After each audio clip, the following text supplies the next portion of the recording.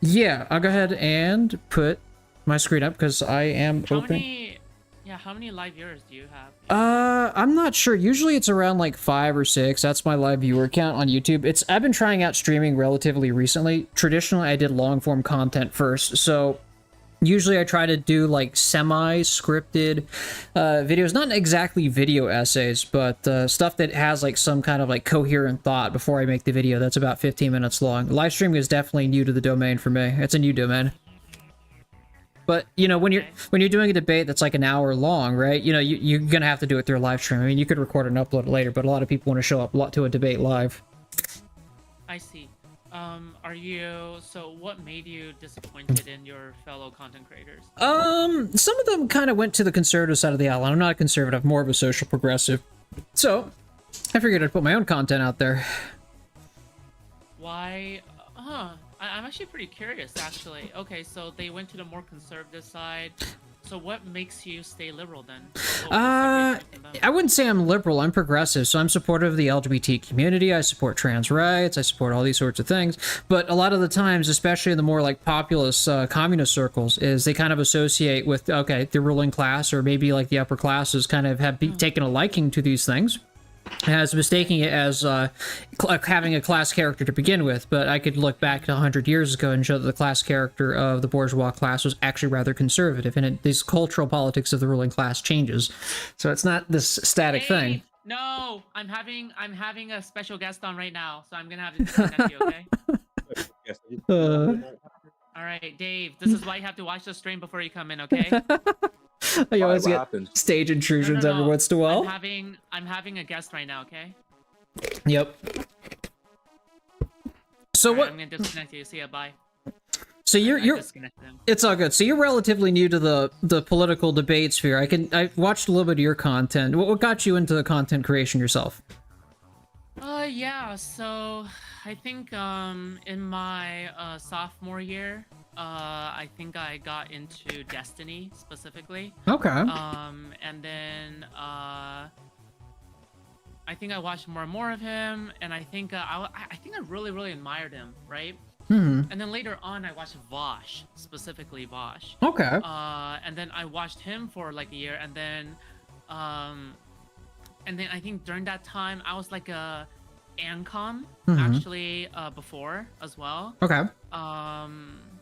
But then afterwards, you know, I touched a lot of grass, I guess, and then I wasn't online for like, you know, a large portion. Then I started doing political volunteering in real life. Okay. And I started, you know, I guess a lot of shit went down in real life, and then, you know, that's about it. Okay. Yeah, okay, so you were an ANCOM for a little while. What made you an ANCOM and what made you leave? I don't know. I think at some point people began to joke a little bit too much about Molotoving certain people, and then I decided that I didn't want to end up on a list. So I think eventually at some point the jokes became a little bit way too edgy, a little bit too much. So I was like, okay, I think I've had enough. Okay. So what makes you choose like a social democracy? If you just like throw aside like revolutionary politics entirely, like, you know, what would you say like has kept you as a social democrat as opposed to something a little bit more progressive, I would say? I would say that the reason that so in the past I always felt like the best way to get things done was like extreme, you know, extreme this, extreme that. For example, I supported Bernie okay. as well. But then eventually at some point, I think I was like, okay, actually, maybe just even though it's not really attractive as like a methodology, maybe the best method is literally just to, you know, chill out and, you know, do the in-between methods. Okay. So I'm more of the position in support of a dictatorship of the proletariat or a socialist workers' democracy is because I believe that a social democracy is not actually feasible unless you have the active threat of communism or you have the advancement of work political power for the working class. Okay. Wait. So the threat of communism? Aren't you a communist? Yes, I am. I'm a communist. Okay. Yeah, I support a dictatorship of the proletariat. I support a workers' democracy, a socialist workers' democracy. I support workers' councils and all the fancy jazz. I even support a planned economy. Okay, gotcha. Interesting. So, how did you? I'm just curious. Right before I start asking some questions, right? Because, Okay. I guess from my side, right? I Mm-hmm. sort of represent the kind of, um, capitalist, more controlled capitalism side, if that makes sense, Yeah. Social right? democracy. Like Norway, you know, that kind of Denmark kind of Hmm. shit, right? And you represent like a Marxist, a planned economy kind of type, right? Yes, I do support a planned economy. Okay, so how did you get into like this ANCOM stuff? I'm not an ANCOM, but how I got into the communist Oh, stuff, sorry, it's communist all good. ANCOM. It's all Sorry, good. yeah. But what I got me into that is because I started reading certain political works by Paul Cockshott, and he convinced me that a planned economy is feasible. And he just kind of more or less convinced me that it was almost inevitable. If you look at Walmart, Amazon, a lot of these very large companies, as they used very advanced logistics methods. If planning and allocation was so efficient, they should be doing this internally. Well, funny enough, a company tried to do that with internal free market allocation of resources within their own company, Sears, and that notoriously failed as an experiment. But nonetheless, the thing is, centralization is something that is coming to being, and it is going to it is already ending up to be more efficient. Like, you can see the centralization of capital nowadays. Some people who are libertarians will say, well, we need to have antitrust laws and break up these monopolies and yada yada yada. I'm arguing bringing it under democratic control as an objectively better outcome for society. So you are for democratic communism? Yeah. Interesting. Okay, I see. Yeah, I'm more of like, I'm not exact. Marxist Leninists are pretty cool, but I'd consider myself a council communist. So I support like workers' councils. Okay, I see. Yeah, because I'm trying to get a feel of where your positions are right now, because I've seen a lot of arguments for different kinds of forms of communism, right? Mm-hmm. And Vanguard Party and one party system or whatever the fuck like that, right? Yeah, But and I actually have some criticisms of a Vanguard Party, but I can understand why some people logically, support one. okay, so you're actually a bit more mellow than these types of people, right? Mm-hmm. Okay, so I just have a question for you then. Go for it. Why do you not really believe in like a capitalist society in the first place? Okay, so the reason I don't believe in a capitalist society is because I do think that there are internal contradictions within capitalism that is going to lead to like a lower standard of living over time. And yeah, I don't think this is avoidable. Capitalists are going to serve their own material interests at the expense of the vast majority of society. They're going to bargain to, use the government to make policies favorable towards them. Lobbying is a thing. Citizens United is a thing.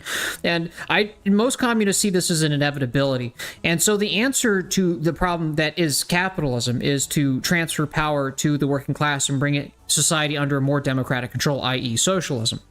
And so, that's why people argue for a dictatorship of the proletariat or a socialist workers' democracy, is to bring these things, the means of production, which are necessary to actually reproduce life, under democratic control. Okay, I see. Okay, I see. We'll probably get to that eventually in the middle of our conversation. Sure. Right?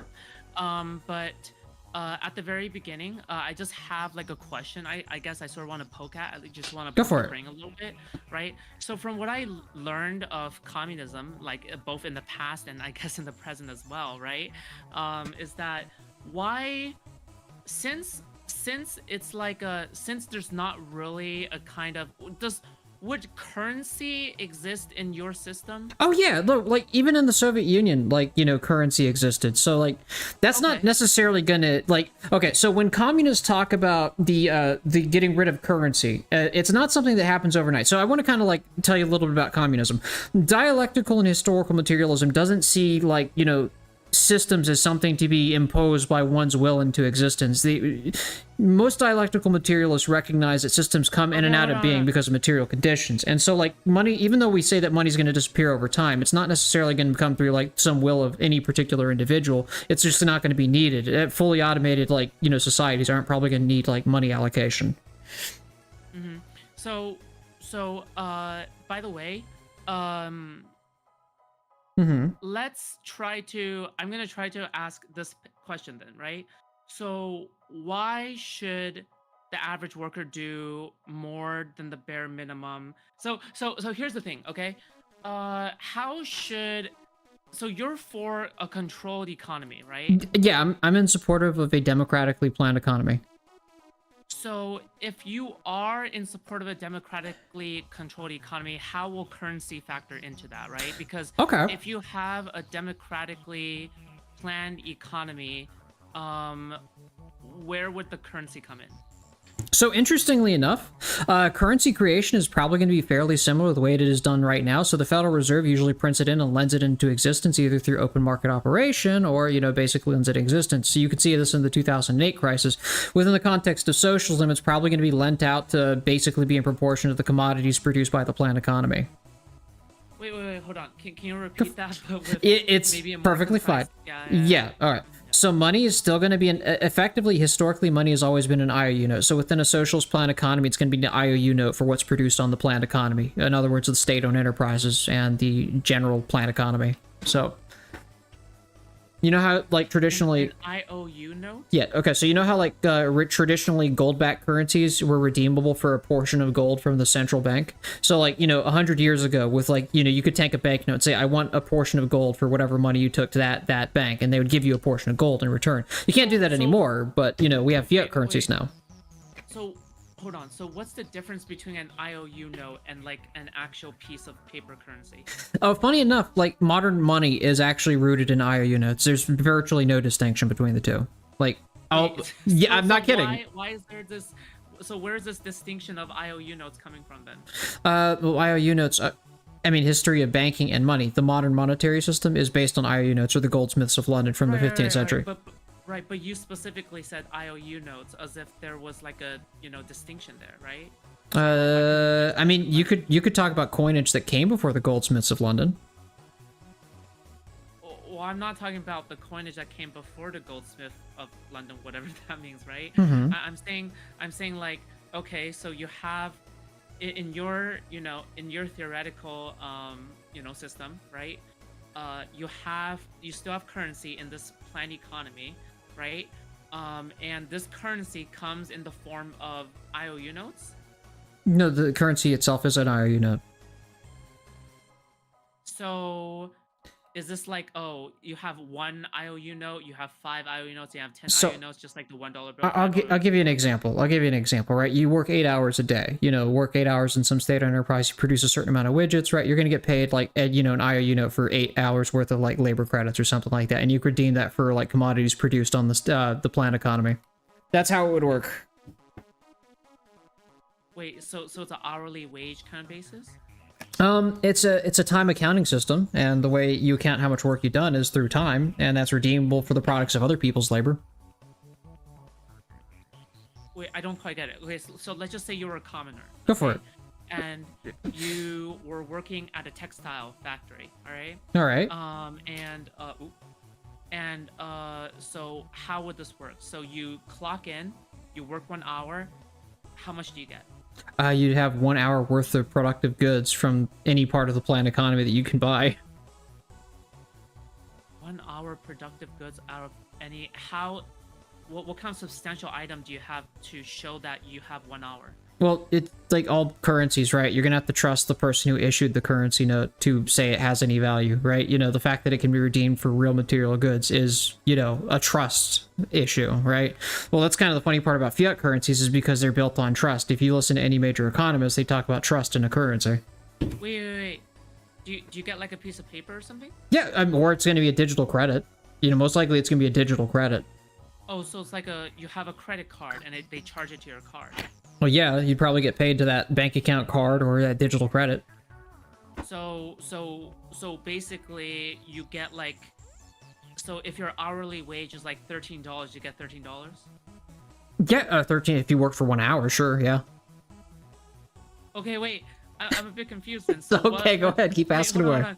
Yeah, So how's this different from like a capitalist society kind of hourly wage? Well, first of all, the entire system is democratically controlled, and surplus value extraction is going to the betterment of all of society. That's the big qualitative difference in socialism. Okay.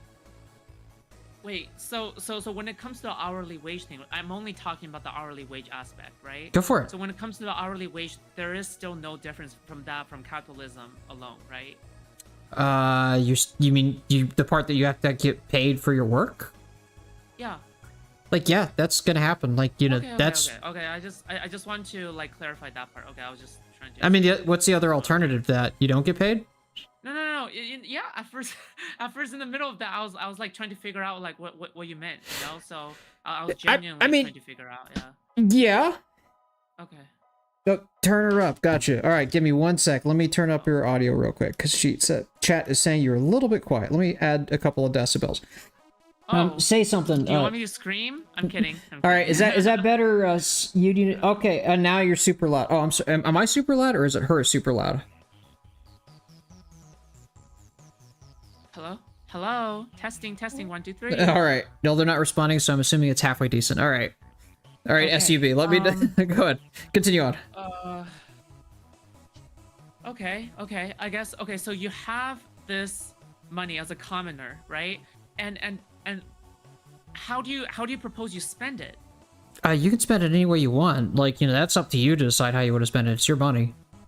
So, how is this different from a capitalist society? Because surplus value and profit is being directed to the betterment of the whole society rather than just being privately appropriated. So you'd be spending it in social programs that are much better for society. I don't know, it could be a mega project, it could be building better roads, it could be building new space programs, it doesn't really matter. That's up to the discretion of the society. Oh, I'm loud and she's quiet. Okay, I'll turn myself down a tad bit. Oh, okay, yeah, take your time. All right, 1 sec. Microphones are so finicky. All right, 1 sec. Yeah, I just sort of want to get a feel of what your exact beliefs are. No, that's fair. That's fair. Okay. But yeah. So yeah, no, I believe in a planned economy. I do believe in bringing most production, actually, the vast majority of production under social control. Like, of course, like mom and pop shops can be like, worker cooperatives. I'm sure if you followed Vosh has talked a lot about worker cooperatives. I'm sure. Yeah. So which part of it is a planned economy? Okay, so basically how this planned economy works is that every state-owned enterprise is sending information of how they produce things, technical coefficients, to this central planning board. And so whatever target demand that each of these state-owned enterprises wants to reach, they convey that information to the central planning board and they figure out what needs to be produced in aggregate to actually meet that target demand. So all the dependencies are resolved within this process of central planning as well. Wait, hold on. What does that mean? That's a very good question. I'm glad you asked. Okay. I don't know. I don't quite know. Okay. So if I were to make a sandwich, what does it take to make a sandwich? You take 2 breads. I don't know. Maybe you get some lettuce. You get some ham. Yeah, that's true. It might even need a little bit of cheese, right? So like, these are all ingredients to make a sandwich. Plus, you need labor to actually make that sandwich in the first place, right? But there's going to be other state-owned enterprises, I don't know, say making that cheese, right? So say you wanted to double the amount of sandwiches, that you need to produce for some target demand, right? You're not necessarily going to double the amount of cheese you're producing at another state-owned enterprise. So you need to figure out how much additional amount of cheese you need to produce in totality to actually meet that new target demand for that sandwich target you're trying to reach, right? So you have to also produce the inputs as well. Right. So here's the thing, right? Like, how do you make sure, like, in a planned economy, right? Mm-hmm. I guess my issue is the government is the one who determines that, right? Yeah, there's still going to be a lot of things localized. I think a lot of people don't realize that, yeah, there's central planning involved, but that's only when there needs to actually be central planning, or at least global information, which is basically what I'm talking about, resolving dependencies between ingredients. If different things are like planned out like this, wouldn't there, you can't really account for like the different niches and different whatever, like how do you account for that? Okay, yeah, so like I said earlier, that if it's a firm that doesn't produce that much GDP or equivalent what it would be in a socialist planned economy, which is probably going to be some product of labor, right, and it doesn't make out a large amount of the production of the society, it's probably going to be a worker cooperative, and it's going to be independently managed by the workers democratically there. No, I'm just saying, right, like sometimes even though you need like a different amount of food, right? How do you know like some people's like different needs and stuff like that? Like the government, you still have to account for stuff like human error. You still have to account for some things like these kinds of things, right? So even then, it is extremely, extremely, extraordinarily difficult to control every single facet of supply and demand in like a country. This is something that's extremely complicated, right? So You can at least minimize the while- amount of error. There's no such thing as a perfect system. I think you and I both agree on that, right? Sure, that's true, right? Sure, that's true. But while in a capitalist society, you can just let the free market do that, and you can just have rules and regulations prevent abuses of power and etc., right? In a kind of communist society, I sort of fail to understand, You see it as redundant, right? The what? You see it as a little bit redundant. The free market already does it. So why would you need a planned economy to do it, kind of deal? That's your argument? Yeah, of course. Okay, so I'm going to go ahead and argue against that, right? Is because I don't think you can actually plan as effectively under a free market system, right? Is because the only information is because, like, you might say, like, oh, you don't need all this fancy computation. The free market already does it, but they do a form of computation too, and it's done through price conveying. They signal prices to each other firms so they can figure out how much they need to order, and of course, supply and demand plays a role in that on how they actually back order things, right? But the thing is at least with the planned economy, right? If you have a demand, Wait, hold on, can't go back.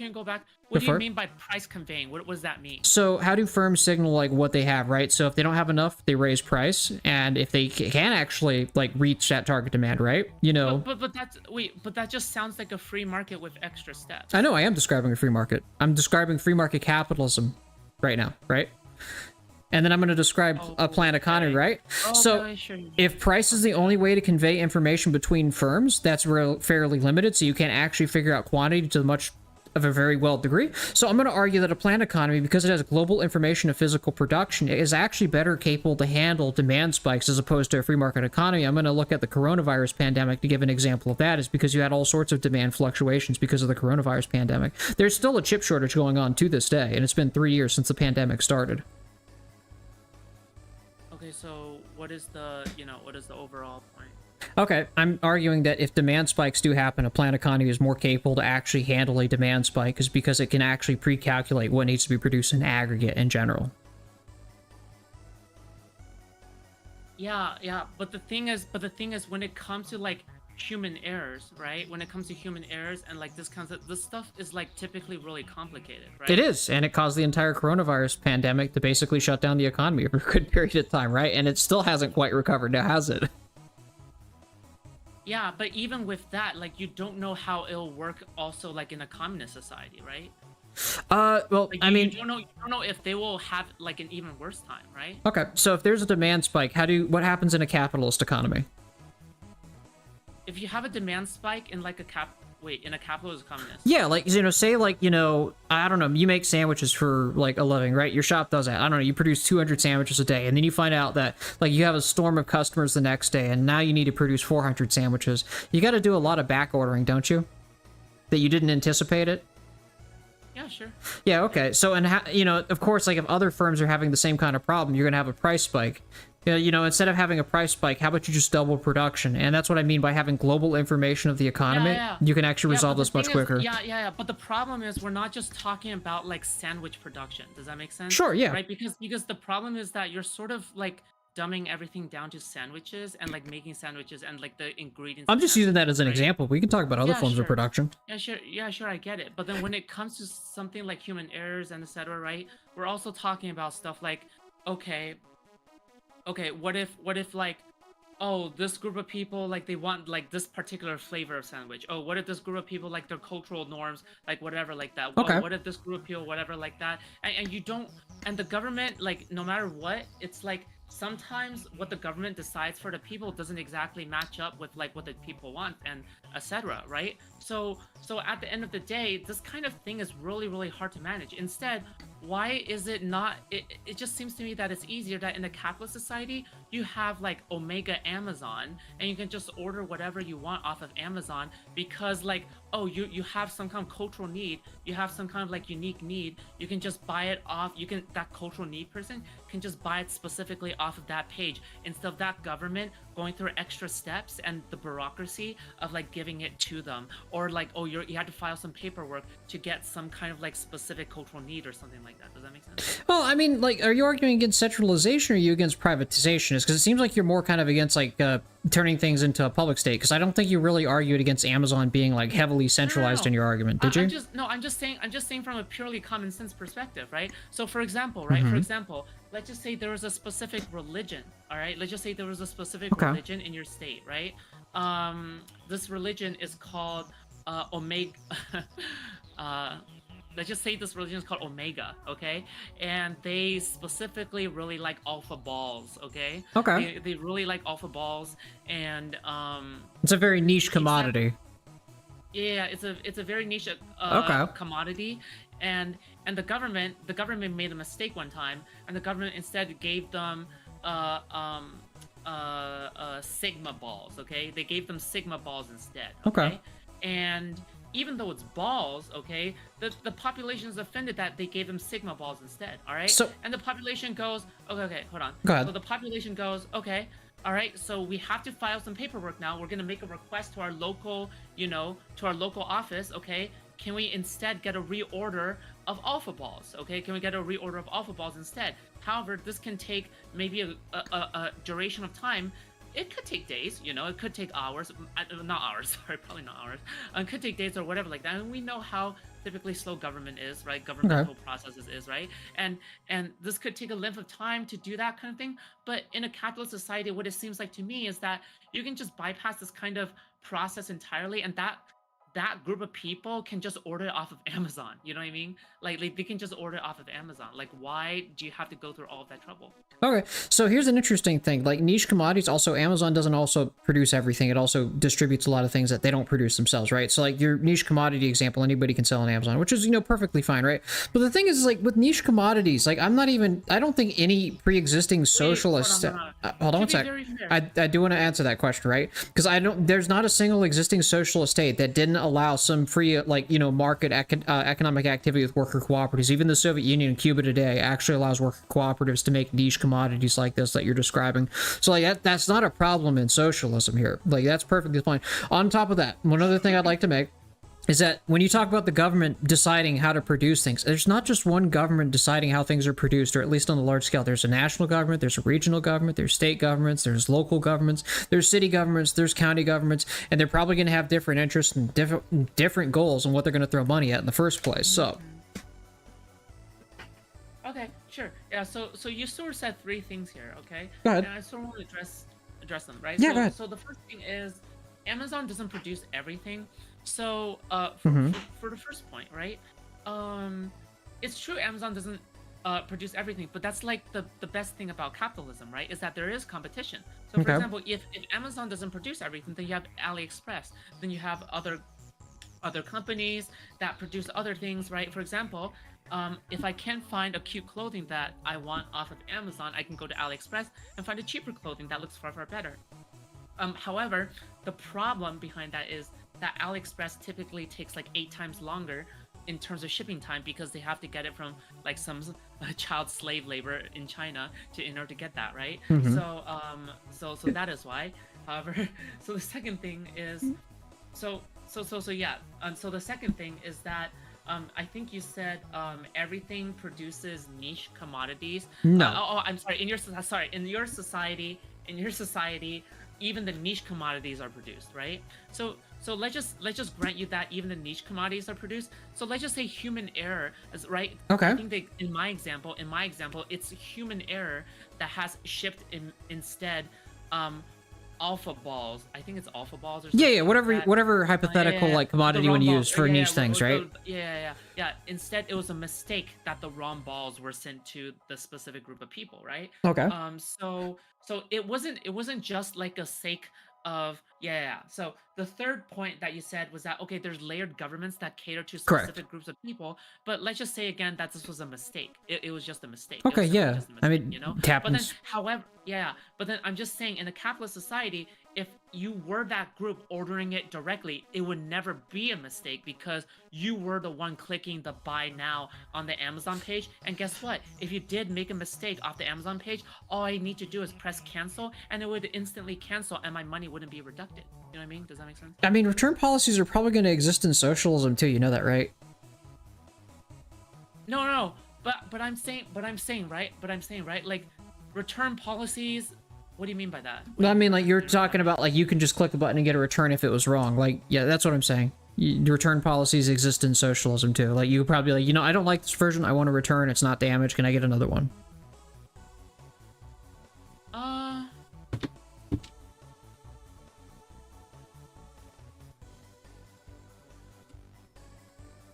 Yeah, I guess so. But it just seems like you go through all this hassle, right? You go through all this hassle in order to like okay, you go through like government bureaucracy, expand the powers of the government in order to go through all these steps to provide the people like what they want, and like you go through all this communication and all this leadership to get the people, okay, make sure not like no mistakes are made and etc, right? But then meanwhile, like you can just like order off of Amazon according to like, okay, if I need this at this time and if I don't need this at this time, then I can just do it, right? But then like Can you hear her now? Can you hear her now, chat? Is she still a little quiet? I'm sorry about that. It's my chat saying that you were a little bit quiet, so I had to turn you up by about 50%. I think it's better. Oh. Do message me in the chat. Don't talk about someone being low and then not message in response. Let me know if she's too low, and I'll turn her up some more, okay? Appreciate it. Thanks for letting me know, everyone. But, yeah, so, like, the thing is, what you described with the bureaucracy, like, it's still done in a free market economy. Like, that's not, like, you know, Amazon's still doing everything you just described as a bunch of extraneous steps because it needs to be done somehow, right? But that's not the crux of capitalism for socialism. That's not what I'm arguing here. What I'm arguing for is that it is objectively better for the vast majority of society if we brought these firms under democratic control and we organized production on the basis of need and for the betterment of all of society rather than allowing it to be privately appropriated. That's the crux of socialism. Like what you described as a necessary step or seemingly unnecessary step in socialism also exists in capitalism, but that's not the distinction here. Yeah, but the okay, yeah, but then that brings me to my second problem, right? And let's move topics, right? Okay, sounds good. So I guess another problem that I have, right, is specifically the problem when it comes to competitiveness, right? Okay. So how in the world in a communist society would you address competitiveness, right? Because that's a from what I know, yeah, sure. Yeah. So in a No, I'm not. Right, Keep cutting you off. Go ahead. I'm getting excited, but yes. Sure. So So let me finish. So, in at least in a capitalist society, right? Because there's profit incentives for different companies. Yeah. In order to produce things on their own, and okay, we're gonna do this kind of stuff on our own, and do that kind of stuff, and you're competing against each other, right? In a communist society, because you do belong under each other like this incredibly like mega organization, right?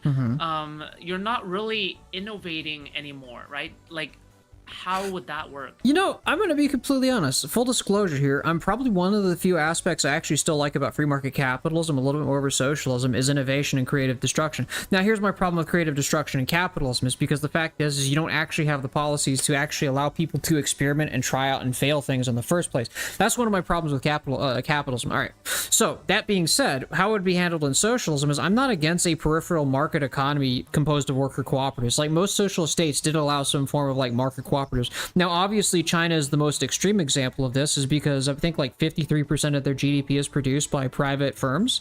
48% of their GDP is produced by state-owned enterprises. So, yeah, no, like socialist states have allowed a market economy to some varying degree. I think even like Yugoslavia, basically composed their entire economy of worker cooperatives.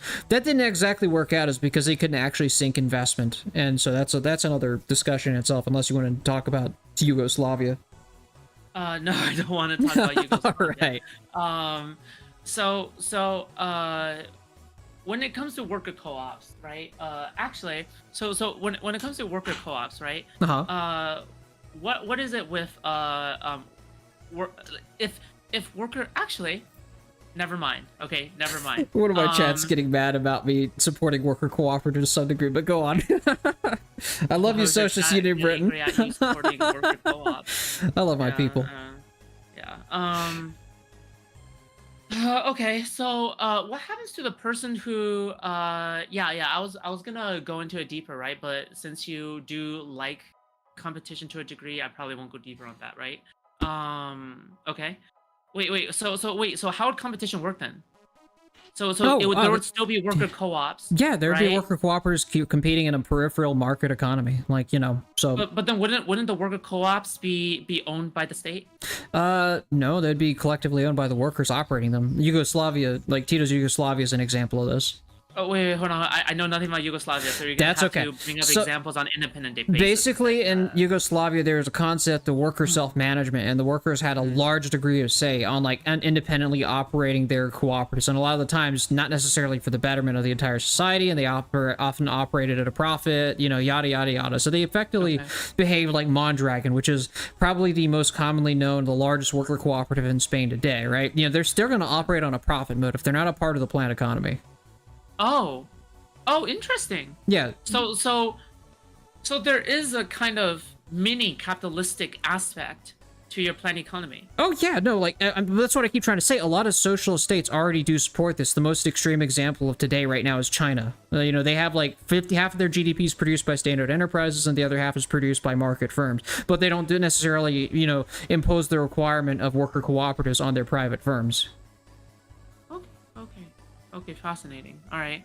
But once a worker firm, I'm sorry, once a worker co-op grows big enough, don't you think like hierarchy begins to form, and at what point do you think it will grow big enough to the point where it become owned by the state? Well, that's a good question. I think that's going to be up to the discretion of the workers' councils, is because at some point or another, if they become a large part of the production of the society, they're probably going to be integrated into the planned economy, right? You know, like too big to fail. Do you remember that saying back in 2008? Obama was saying that these banks are too big to fail. Is there any particular point? Is there any particular point where you say, okay, this is where I'm going to draw the line?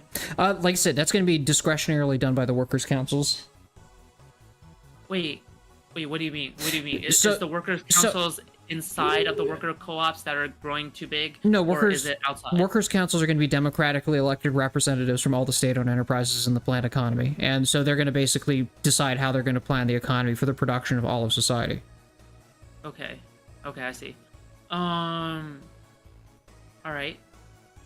If so you're not entirely against hierarchy, right? Like for example, even in like a factory or something like that, there's still going to be there's a manager, and then there's like a manager and managers, and then there's going to be workers underneath, right? Like most Marxists aren't against hierarchy, but we do take a different perspective. We don't believe in natural hierarchy. We believe hierarchies emerge because of material conditions.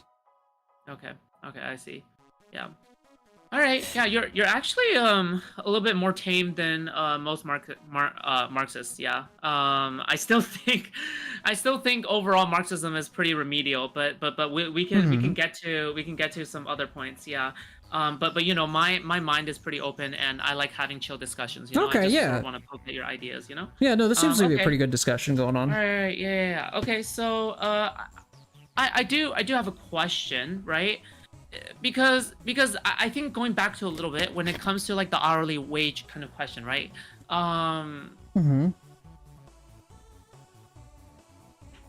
Because there is currency, I guess big gifts would be possible, right? For example, if you wanted to buy your daughter when she turns 22, you could buy her a big ass car, right? Yeah, I mean, you could do gifts. I mean, are you talking about like inheritance? Or are you trying to allude a little bit into inheritance? No, because it seems like to me when I talk, maybe it seems like to me when people usually talk about communism, is that or whatever, like society, this is whatever society they're talking about. Yeah. Is that when they are talking about shops and whatever like that, oh, my daughter turns a specific age, you can't really get them really big gifts because you know, because of like the system they're living in or whatever like that. But in a capitalist society, because you can hoard money, because you can like you can take in money, you can save up enough money to buy your son or daughter like a big ass car the moment they turn like 21 or some shit. You know what I I mean? don't think that's like, I'm gonna be completely honest. If you're not like doing inheritance with multi-million-dollar properties and mansions, I don't think most communists are gonna care that you get your daughter a gift. No, not just any gift, right? I'm talking about like a really expensive gift. Yeah, so like here's the thing, right? So like like income is definitely like an important thing that communists do look at, right? But we're not just looking at like how income is like related to, you know, how much money you have, right? Because some people do work harder than others. I don't think we disagree on that, right? Okay, what we do analyze is how people acquire their wealth in the first place, and so what we how we distinguish the proletariat from the bourgeoisie is the bourgeoisie lives off the labor of others through the exploitation through capital. You know, the proletariat lives by the selling of their labor power, whether that be, you know, working at Walmart or working as a construction worker, working as a barista. It doesn't matter, right? If you're selling your labor power, you know, to live, to actually put food on your plate, that's what defines you as proletariat. But if you're doing it by drawing profit off of capital, you're consistently day trading with capital or stocks, and you're consistently making your living through that, then like that would be a different story entirely. Depends on how you actually acquire that wealth in the first place. It defines your class relations. It's not necessarily like, well, you make a fair amount of money. It's because, let's be honest here, right? There are people who are making a lot of money as I don't know, like airline pilots, you know, or somebody late in their career. Even a grocery store manager is making about 150K to 200K a year, right? But, you know, that's of course like late career kind of stuff. That doesn't make them bourgeois. That just means that they're at the end of their career and they're about to retire. I mean, they're still working class. Okay. Sorry, I'm trying to. I'm trying to get to, like, you know, having nice things doesn't make you bourgeois. Okay, like that's what I'm trying to get at here, right? You know, so like if you're having, yeah, sure. I'm not disagreeing with that, right? But all I'm saying, right, is that like the ability to buy really nice things isn't inhibited in your system, No. right?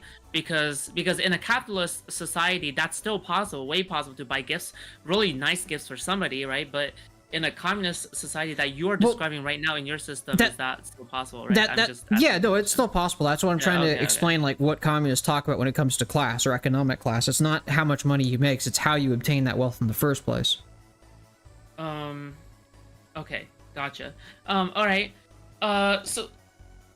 So let me get this right. So incentive to work is actually, there's actually a direct line of credit as incentive to work. So the most remedial point a lot of communists usually say is, oh, you are motivated by your passion for the patriotism of the state, or some shit like that, right? Which I think is totally like retarded, right? It is retarded. I think that's like for many reasons. I think that's because a funny meme. Because to be honest, because a lot of people are like,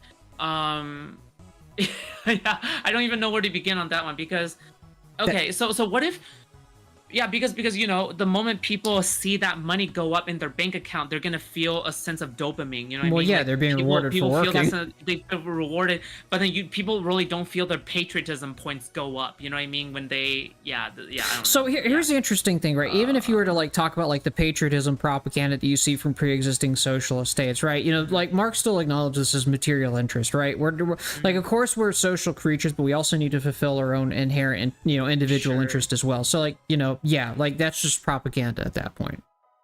Okay. All right, so I have another question. Go for it. So how would job assignment go in your society? Like, how will people move jobs, I guess? Oh, similarly enough, like I'm still gonna argue for, you know, you technically don't have to work, but you're gonna have to figure a way to make your own money. You definitely need to support your own existence, kind of thing, right? And yeah, I don't believe in freeloaders. I prefer people to work, you know, but you could change your job arbitrarily. So like, you know, if you wanted to change jobs, that's no big deal. Like, honestly, you're not going to be compelled to work into like any job that you don't want to do.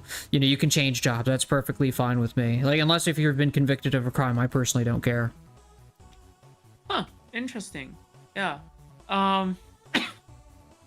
Job freedoms. So would the possibility of would there be the possibility of promotions in your society then? For example, if you work harder, if you work smarter, you would get a raise. Absolutely. You know, like that's kind of the thing, right? Okay, so here's the interesting thing about a socialist plan economy. Some jobs people are going to like, some jobs people are going to hate, right? Nobody has a problem being like a desk clerk where they like work pretty leisurely sitting in a desk, right? Nobody wants to be a sewage worker. Nobody wants to be a trash driver, right? So those jobs are probably going to pay better is because, you know, nobody wants to do them. And, you know, you can see this in the capitalist economy as well. Yes, people are also still going to get promotions for working harder too, and they'd probably get promoted into management positions. Okay, I see. Yeah, no, by the very loose definition chords for me, yeah, CEOs can technically be workers if they do not draw any profit from capital. They're overpaid workers, but, you know, nonetheless, they're technically following that definition. So, another thing I guess I have a little bit of a concern of is in the Soviet Union, at least, right? They ran into this problem where, okay, so what specifically happened is that because they didn't really have the help of the free market, right? They didn't really have the help of the free market. What would happen is they accidentally set the prices of products a bit too low, and they set demands a bit too high, I think. And basically what would happen is that basically because in a controlled economy, right, in a controlled economy, the items and the production is not correlated. Basically they're not correlated because everything is decided from above, right? Everything is decided from above. So items were constantly out of stock because the prices were so low that people kept on buying them out. Yes. And because people kept on buying them out, people couldn't buy common items such as toilet paper. Sounds pretty familiar, right? Yeah. So because people couldn't buy common items such as toilet paper, that is why items cut. So also, because Yeah. Hold on one second. I'm just going to respond. Union of, or I'm going to call you Socialist Union Britain. Yeah, most CEOs are capitalists because more often than not they get paid in company stock. Like that's absolutely true. Like that's why we're talking about extreme hypotheticals that don't exist in material reality. Now to address your point. Okay, so the thing is, no, don't. Yeah, so basically, commoners suffered and that lowered the. Go ahead, continue. Yeah. So go ahead. Yeah. Yeah. So basically, what you're saying is true because when the Soviet Union first came around, they were trying to figure out how they're going to organize production in the first place, and they ended up coming up with this method called material balance planning. Okay. And so they were just balancing budget sheets. It wasn't until like an economist like Wassily Leontief and Kantorovich were basically trying to solve the problem and the inefficiencies in the Soviet economy did they come out with a mathematical framework to try and overcome these shortages. And, you know, like you said, you gave an example. Some firms were overproducing, some firms were underproducing. They couldn't exactly organize production. But again, that was what I was talking about when it comes to producing a sandwich earlier, is because you also have to take into account the ingredients that go into making a sandwich. And those are going to be produced by different firms entirely too, right? And so Wassily Leontief came out with a method of tracking this called input-output matrices, and you can actually manage these dependencies quite easily in a production matrix. I actually released a video about a month ago on the math exactly and how to do this in the first place. It's in my channel. I have that on like the homepage, but yeah.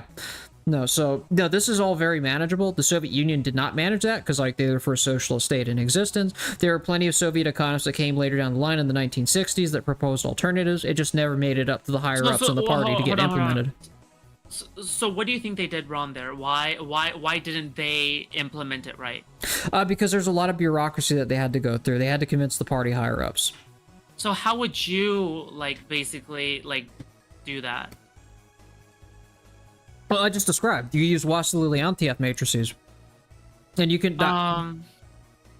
Okay. Do you think there might be any risk to, like, because what you're talking about is just theory, right? Like it's never really been put into practice before, right? Okay. So yeah, they say that about everything, but you know it still gets tried in the end, right? You know that's how new things come in and out of being. Yeah, sure. Do you think it might get tried in the future? Yeah, I think it's actually a lot of these algorithms are being experimented in with like these large companies in the first place. Like if you look at Amazon and their logistics methods, they're like very advanced. But again, Marx talked about this being the seed of socialism and capitalism. Like, you know, centralization is an ongoing process. Wait, hold on. So you're saying Amazon is going to be the one to try it? No, not even just Amazon. It's just in the interest of capitalists to invest into advanced logistics methods because centralization is more efficient in the long run. Okay. Things naturally centralize within capitalism over time. I see, yeah. Yeah, just to make sure, right? Like, because like how a government tends to handle its people and like people's different demands, like factoring in human nature and etc., is probably going to be different. How like a company is probably going to be distributing resources, right? Like, I mean, these are yeah. just firms we're talking about. They're just organizations of people. I mean, one has a monopoly on force and the other one doesn't. I'm just saying. I'm just saying it's like it's going to be different depending on like, okay, what kind of environment, what kind of scenario it's going to be based on, right? That's all I'm saying, right? Yeah. Okay. Yeah. Yeah. Okay. I don't necessarily disagree with the part where you're saying, okay, there's like kind of this kind of centralization going on. You know what I mean? Yeah, like, well, most Marxists say that's the reason why we're going to get socialism in the first place, right? I can talk about input-output matrices all day, right? You know, but Dijkstra's algorithms and the logistics algorithms used to transport goods through Amazon today, these are all methods that are going to be employed in a planned socialist economy, but this is what Marx called the seed of socialism and capitalism. This is the contradiction that's going to lead to the next mode of production. Okay. I mean, we'll see. But I'm just saying right now you can't really say like that's gonna be certain right now in this year, right?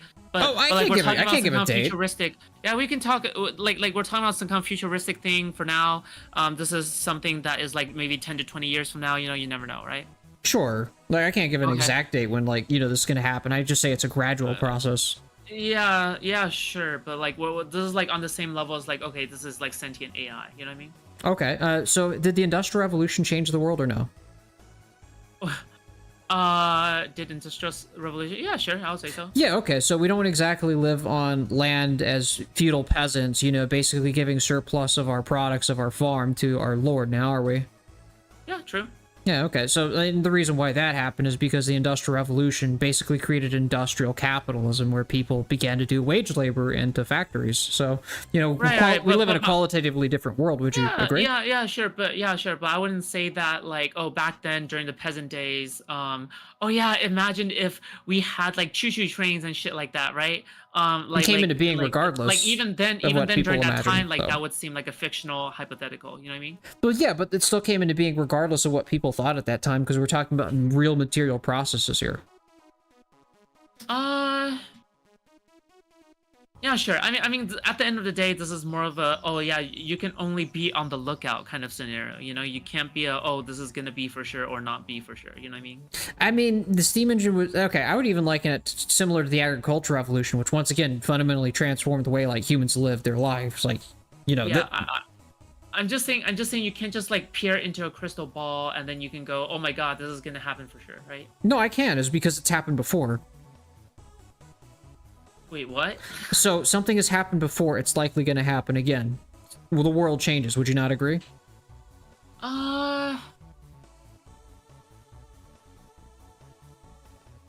mean, I guess it can, but like you can't say like specifically because, for example, this can happen, but then like another future can happen where oh, this kind of matrices system never gets tried at all, and another system can get tried instead, and then that system can never be implemented in the first place, you know? I mean, more than likely, you know, I'm probably like, it's not my ideas particularly that are going to probably come into being, right? You're going to have a competition of ideas coming to being and contributing to like whatever the future may turn out to be. It's not just one person, right?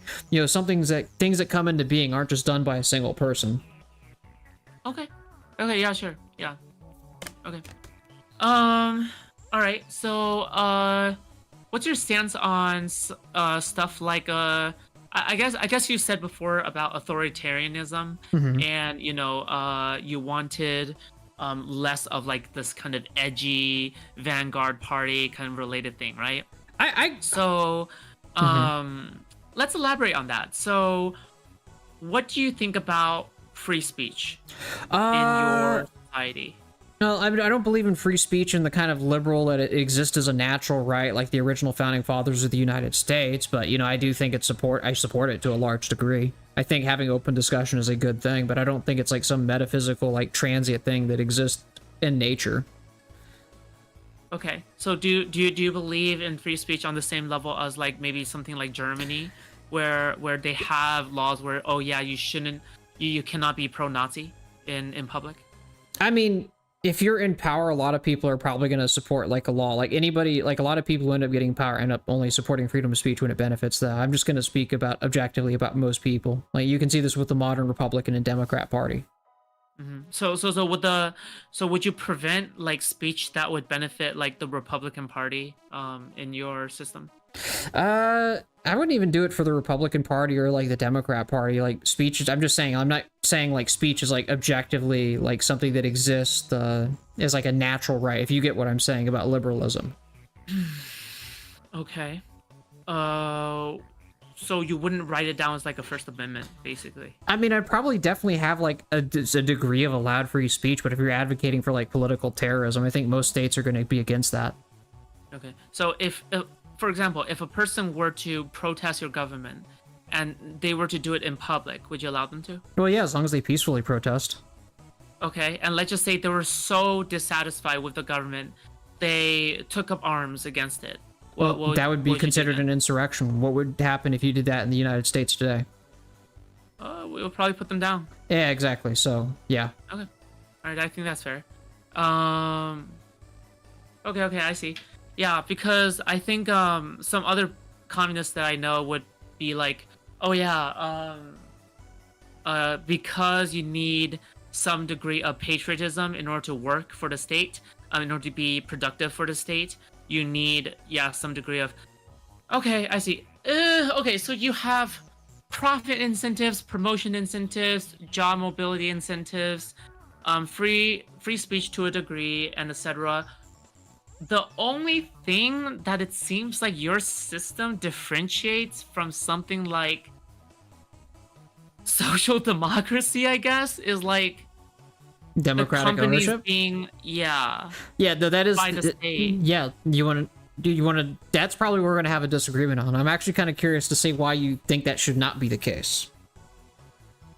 I guess the only way that I sort of see that is that I think it's healthy to have some degree of separation from the state when it comes to I guess profits, right? Like for example, if somebody were to be an entrepreneur, I guess this is more of a philosophical thing, right? If somebody were to be an entrepreneur and they want to create a company, right, knowing that eventually my company might be surrendered to the state in the far future, it just feels kind of sucky, you know? I'm gonna like, all right, yeah. So basically, even in a worker cooperative like Mondragon, right? And this is why I say there's a qualitative difference between a worker cooperative and a private firm, right? The average private firm, I remember seeing the study, I'd have to actually pull it up. It's been like 3 years since I looked it up, right? But the difference between the lowest paid employee and the highest paid employee was like the order of magnitude of like 1,300 or something like that. The ratio of the lowest paid employee to the highest paid employee in the typical worker cooperative is like 1 to 5. So like somebody who's like an entry level job might be making like 40K or something like that. And somebody who's like in the upper bound is making like 200K. You know, like that's a CEO of the company. You have a lot less wealth disparity within a worker cooperative or something that is under democratic control. So that's why I'd probably say it's like I'm not in favor of the free market capital side of things. Well, yeah, sure, but then again, a hierarchy makes sense, right? Because you have a CEO at the top, you have like something like this, the vice president or something like that, and then you have the managers in between, and then you have like everybody below is like the employees, right? Okay. Yeah, but like, sure, you could still have that hierarchy in a worker cooperative, but have a much less wealth disparity, a much better quality of life for the employees that are average there. Like, you get like the whole shebang when you have a worker cooperative as opposed to something like a, traditional private capitalist firm. Yeah, but I guess the only thing that you're saying, right? The only thing that you're saying is that since it would be state owned, you can better control that kind of wealth disparity between like the higher ranks and the lower ranks. Right? If it's a worker cooperative and you were to induct it into the planned economy, you'd basically be like, okay, you're going to elect a representative on the workers' council. Congratulations, you're part of the planned economy, right? Wait, hold on. Why does it have to be a workers' cooperative? Well, the reason I'm arguing for the betterment of the worker cooperatives is because you have a lot less wealth disparity in a worker cooperative as opposed to a traditional capitalist firm.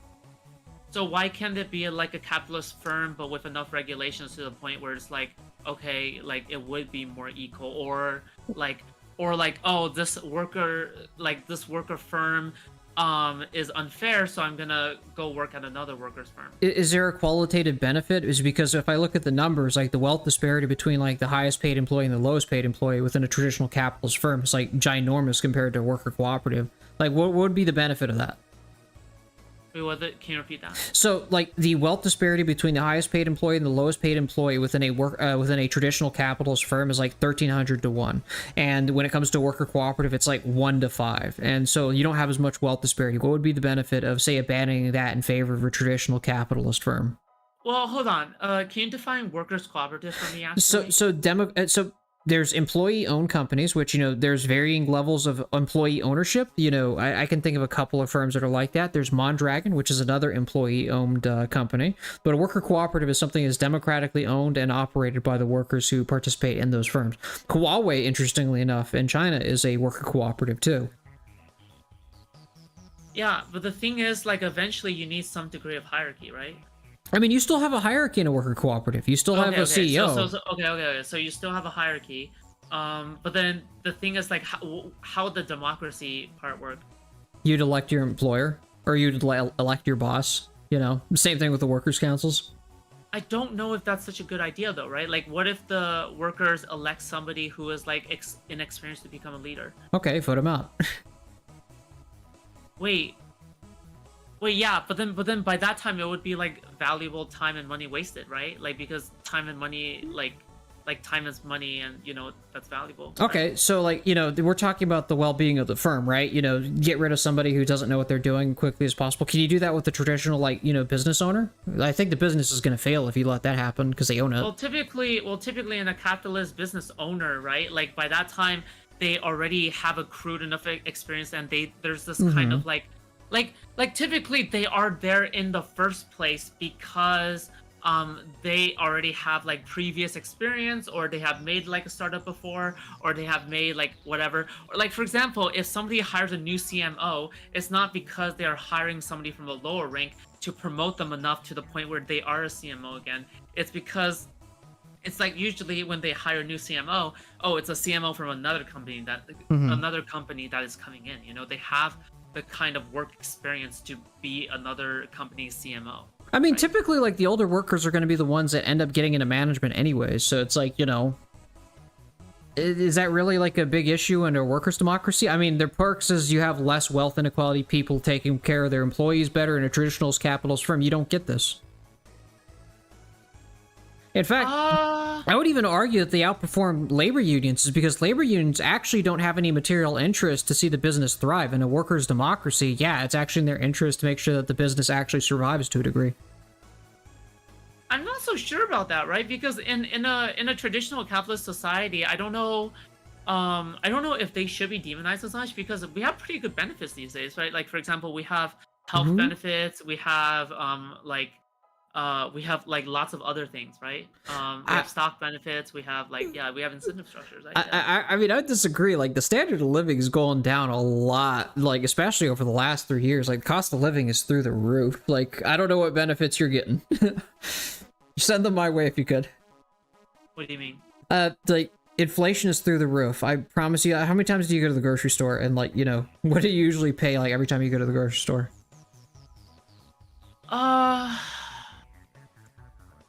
Inflation might be rising, but I would say, like, over the past few years, probably like I would say, like, compared to the rest of history, right? Like, the standard of living has certainly increased, right? No, I would say no. Like, the median house price. I'll give you some measurements. Okay, so guess the median house price in 1950. Guess the median house price in 1950. Yeah. To be fair, right, by that time the salary has also risen, right? Yeah, but I promise you it's not in proportion to the cost of living. Yeah, but at the same time, this is not really something necessarily have to do something with inflation when it comes to house prices, right? It also has to do with something like zoning laws, right? I mean, you can talk about zoning laws, but if house prices are going up faster than your income is, I'd say that's pretty bad. Your standard of living is going down. Would you not agree? No, but I'm saying, like, housing prices is not necessarily something that is like that important related to something like income, right? Because when it comes to housing prices, that's not really the best example, because zoning laws keep housing prices like skyrocketing Oh yeah, exponentially I know. compared to other commodities. Well, yeah, like if I were a homeowner, I'd want the value of that home to go up, so I want them to stop building houses. So like, yeah, like that's a real thing. Yeah. So, but no, objectively, okay. So I'll just give you a reference, right? The median income in 1950 was $3,500. The median house price was $7,000. The median house price right now is about $500,000, and the median income is about $60K.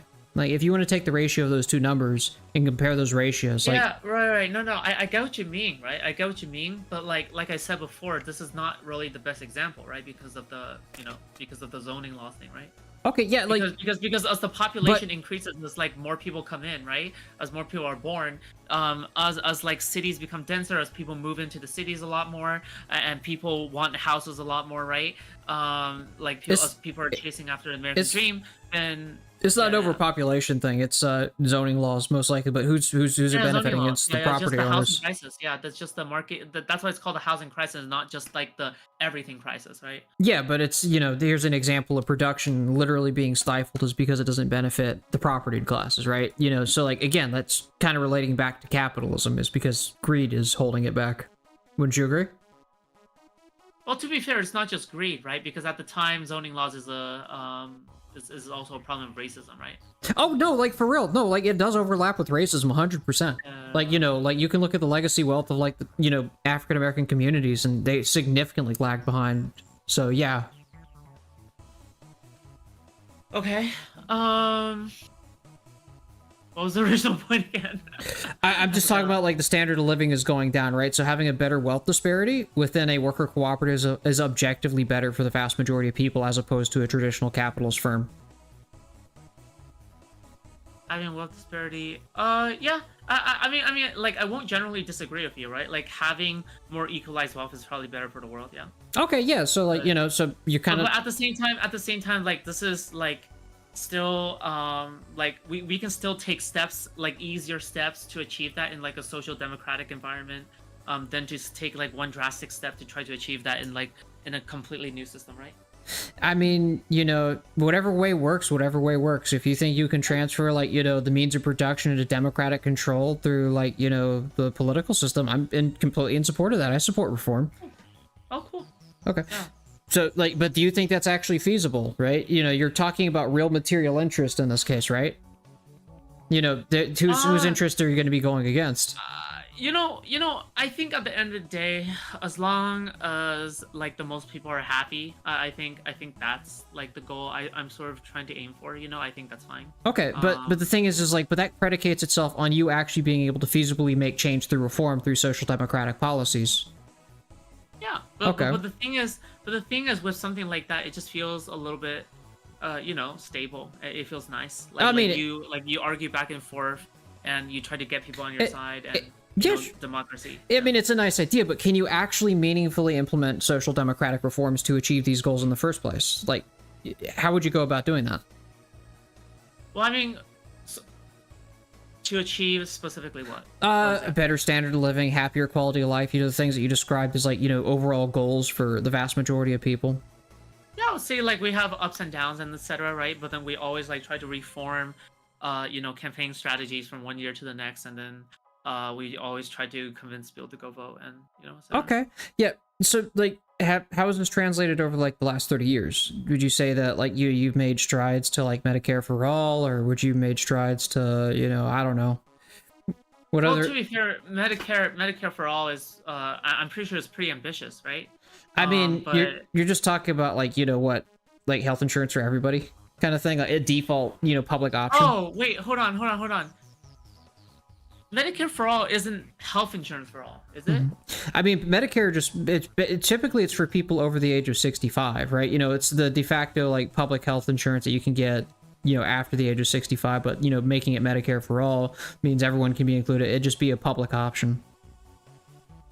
Yeah, sure. I think it's just good to take like one step at a time and just to have like a private and a public option, maybe. I don't know, but okay, yeah. But it's just something where I think.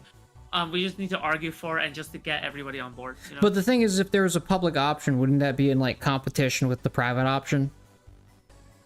Sometimes private options are pretty good. For example, if there are some medical firms out there who have, like especially somebody who is especially really skilled, like a surgeon who is really skilled at their work, Mm-hmm. like you would want to go to somebody like that over maybe a more public option. Okay. But, would it be in the interest of the private sector to have a public option to compete against? It would be a here's the thing. Here's the thing. I think I think like in that kind of world, like people can choose between like a private and a public one depending on like what their preferences. Right? I mean, If sure. they have a specific doctor that they really like in the private sector, then they can totally go to a private sector. You know what I mean? But like if they want to save costs, if they want to like if they want to save money, they're going through a frugal period of their life, then they can totally go to a public sector. I don't think anything wrong with that. Yeah. Yeah, no, like ideally, I mean, that'd be great. Like having that choice would be awesome. But the thing is like, but would it be in the interest of like the private sector to have a competing public option?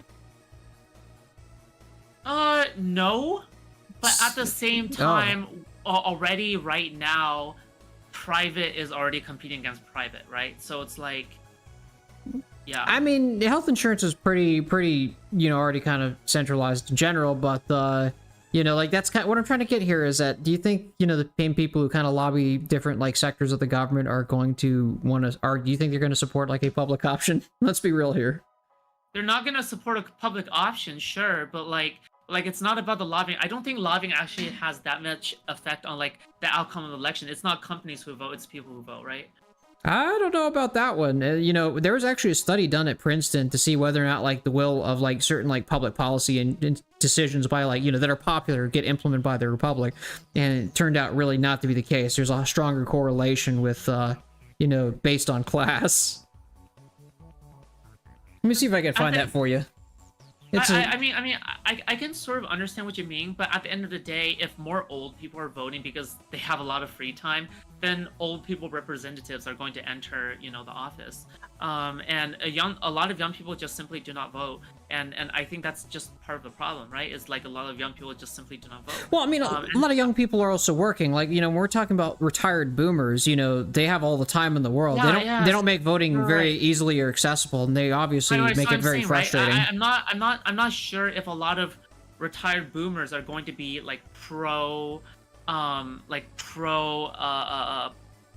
public option. You know what I mean? Like they're gonna be very like anti-Obamacare, right? These kinds of things, right? Yeah. Like back then I'm pretty sure they would be anti-Obamacare, right? Well, yeah, I mean, like they're also against that as well, but you also got like very powerful like private interests that don't like want that kind of stuff either. Like, the only people who have like a lot of leisure time to go out and vote and make political decisions are those who are kind of wealthy, wouldn't you agree? Well, sure, but they're gonna represent like the will of the old people at the time, right? I mean, yeah, it's definitely the old people. They definitely have that more conservative sentiment, is because they were part of like the generation that had it pretty nice to be compared in comparison to like the younger generations. Yeah, I don't disagree with you there, but it's more like just about the voter output. You know what I mean? Well, yeah. The amount of people will go out there and vote. But yeah, like younger people aren't voting is because they're typically very busy, and they're also trying to get their stuff together. It has this feedback loop. I mean, you've heard of like gerrymandering and the stuff that happens with the black community, right, or the African American community when it comes to voting. Like, it's designed to be frustrating and difficult, so you kind of just don't do it anyways, right? Because we're talking about statistics here. We're not talking about individuals. Yeah, sure. While I agree with you, right? While I agree with you, in my opinion, that's still not like an excuse, like not to try at least, right? Like to get out there and try to vote. No, I definitely agree that you need to participate in like because electoralism. arguably in your system you still have to go out there and vote, right? Oh yeah, because no, like you democratic whatever, yeah. But I'm talking about this system, like feasibly imparting change through this system. Like, what are the options you have, right? We talked about Citizens United, we talked about corporate lobbying. It's very difficult to overcome these interests. There's a study by Princeton that showed that what gets passed publicly through Congress is not actually the will of the majority. Well, hold on. What do you mean by the will of the majority? What is that? So the study came out and said it basically did a poll on a bunch of different public opinions to see what got passed through Congress, what was actually passed through Congress. Like Medicare for All is a very popular one as well, but it hasn't been passed yet. But You know, basically the correlation found a stronger correlation based on class and what gets successfully passed within Congress. The only problem I have with that kind of sentiment is that when it comes to polling and polling data, sometimes the polling data just simply does not match up with something like, oh, the people's kinds of the actual voting data, or like the representative data, or etc. Right? For example, there could be some kind of sampling error, or there could be some kind of like etc. Right? Like at the end of the day, polling is not voting, right? That's Sure, sure, yeah, but we're talking about like policies that get passed through the government, right? You know, we're talking about like whether or not the will of the majority is reflected, right? Because that's what a democracy is supposed to do. It's supposed to represent the will of the people. It's the rule of the demos, the majority. Sure, but not everybody who is polled has voted.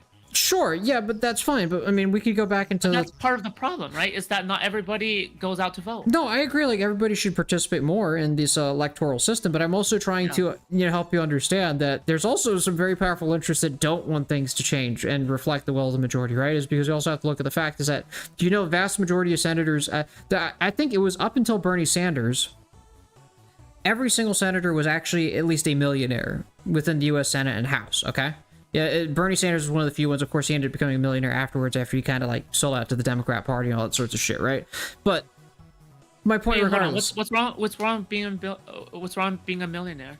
You're going to reflect the interest of that particular class, right? You know, if you're talking about if there's a republic that has. Right. If there's a public policy decision that's being decided by a bunch of people who have stocks vested in different companies, don't you think that that same republic that is also guiding law for industry is also going to start enriching their own, pockets as well and what they've invested it into? Hold on. If it's, first of all, it's perfectly normal for like politicians at the time to have like $1 million or whatever like that, right? Because by the time you're reaching like age 40 or 50 like that, I expect you to have like at least like $1 million or so. I don't, not a million necessarily, but just a really good amount of like savings in the bank, or like net worth or whatever like that, because you have a house, that house has risen in value, and then it has like probably like skyrocketed to like $2 million or some shit, you know what I mean?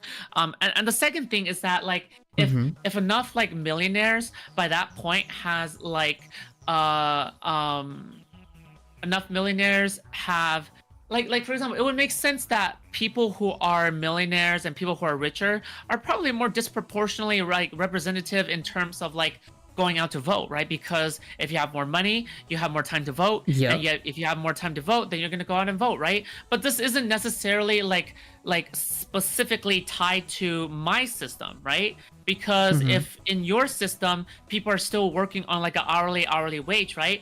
If you have more money, and if you have more money, right, you are going to have more leeway in like what you can do, right? And then you will be able to like have time to go out and like does that make sense? I don't know if that makes sense. Like I understand the gist of it, but don't you think it's a little bit kind of like a bad combination to have politicians who lay the policy for industry working with industry leaders and vice versa, since they're practically making such a large portion of the economy? I mean, it seems like there's a lot of favors being done between lobbyist groups, politicians, and industry leaders, where they both invest in the same companies. Well, yeah, sure, but they're industry leaders, right? You're supposed to work with industry leaders as a politician. I think that's pretty expected, right? Yeah, I mean, yeah, and they're only enriching their own pockets of the vast majority of people. Did you know, like, last year that Intel basically held up the entire United States government and said, give us $500 billion or we're going to go to another country and do domestic chip production there? Well, I would imagine, like, the United States would definitely want to keep Intel in the United States because that would benefit the United States economy a lot more by keeping Intel here, right? Yeah, sure, but why are they a private firm if we're throwing money at them? Why aren't they a state-owned enterprise?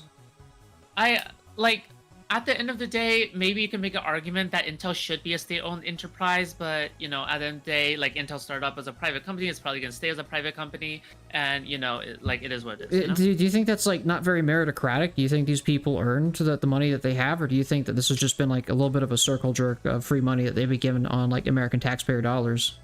Yeah, but the problem is, like, at the end of the day, like, your solution is like, okay, we're going to go in and we're going to seize the assets. The state is going to go in and seize the assets once it grows big enough.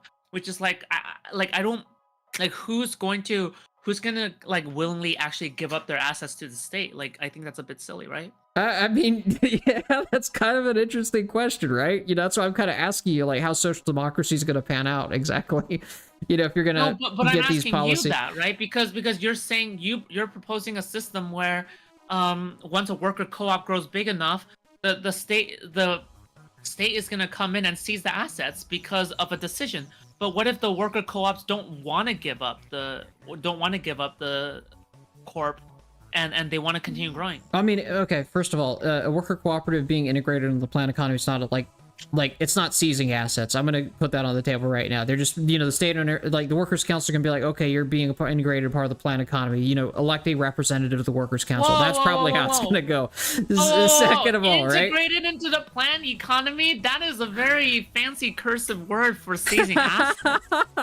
What does that mean? What assets? They're collectively owned. That's like the thing that, you know, I don't think you're kind of realizing, right? It's not a private They're collectively owned by the workers of that firm. I don't think it's... They're collectively owned by the workers of that firm, but it's still owned by that firm. It's not owned by the state, right? Yeah, there's probably going to be some buyout of shares or whatnot, but it's different than, say, like a traditional capitalist firm, right? It's because you're actually taking assets from like a handful of individuals that exclusively own it, right? Worker cooperative integrated on the planned economy isn't going to be as big of a deal as you think it is. There's probably going to be very little protest on that one. I'm going to be honest. There's going to be probably going to be very little protest in comparison to a traditional firm. I promise you, there's going to be much less protest in comparison to a traditional capitalist firm. Okay, how do you know? How do you know people aren't going to be like butthurt over that? What are they losing? It's collectively owned. What are you going to sell your, like, you know, stocks and then go live as a billionaire, like, or something like that? Like, you know, we're talking about the difference between like a capitalist owner and then a worker cooperative here. You spend like 10 to 20 years building up like you build up like 1/5 of your life building up an entire like co-op that is like you know, because a lot of, you know, even in a capitalist society or whatever society or whatever, right? But do you exclusively own it? Huh? Do you exclusively own it? Well, I mean, in your scenario, the worker co-op, no, right? Okay, yeah, no. So, like, okay, so what exactly is the issue to protest here by the workers? Like, think about this logically for a second. Well, still, it's your pride and joy, right? Let's just say it's still collectively owned by 3 people, right? That 3 people still built that up from the ground up, and it's like a lot of if it's 3 people owning a small worker cooperative, I don't think it'd have any relevance to the planned economies because they make up such an insignificant part of the GDP that there'd probably be no reason to bring it into the planned economy. What if it becomes really big? Yeah, okay, so why would they protest it? Do they own like a multi, like, you know, 1,000, you know, person employee firm? No. They're just an elected leader of that worker cooperative. Like, what's the deal? Hold on. What if it blows up but there's just 3 people? I don't think that's gonna happen, but that's some wishful thinking. Why does it have to be? Why does it have to be that, like, it has to be like a lot of employees? Why can't it be just 3 people, right? Except it's a lot of like fucking money inside of that 3 people. So with that co-op. So okay, let's entertain the hypothetical situation like a 3-person worker cooperative all of a sudden was basically have like a huge consumer base and they grew a lot, right? Do you not think that they would hire more workers? Wait, what? Can you repeat that? Do you think a company that has 3 workers in this worker cooperative all of a sudden becomes very popular and blows up? They're not going to hire more workers to expand their worker cooperative? I don't know. Maybe they have like this kind of thing where let's just say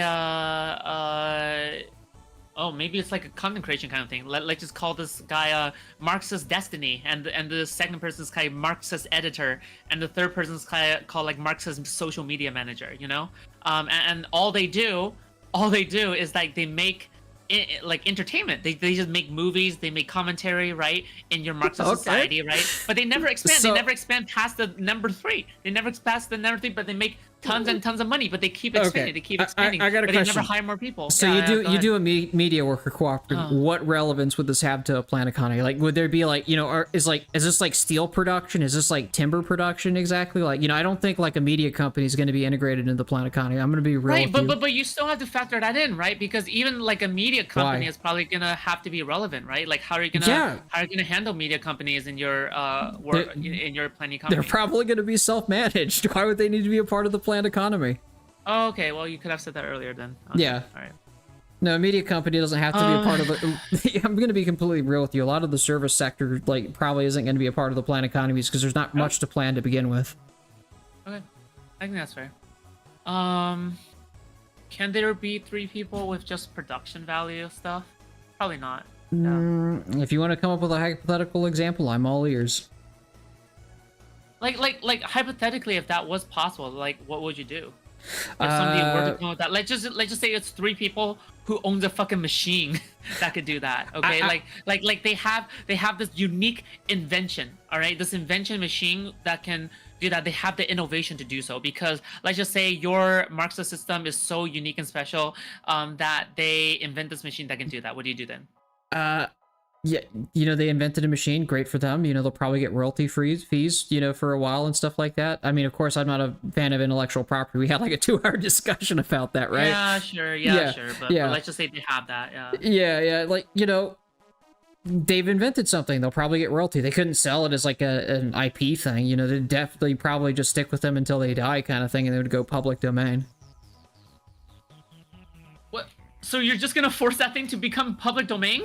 Well, when they die, like, where else is it going to go to? Did you know, like, the original founding fathers of the United States didn't believe property persists after your death, right? Wait, hold on. So, hold on. Would you let them keep the IP, like, of their invention throughout all 3 of their lives?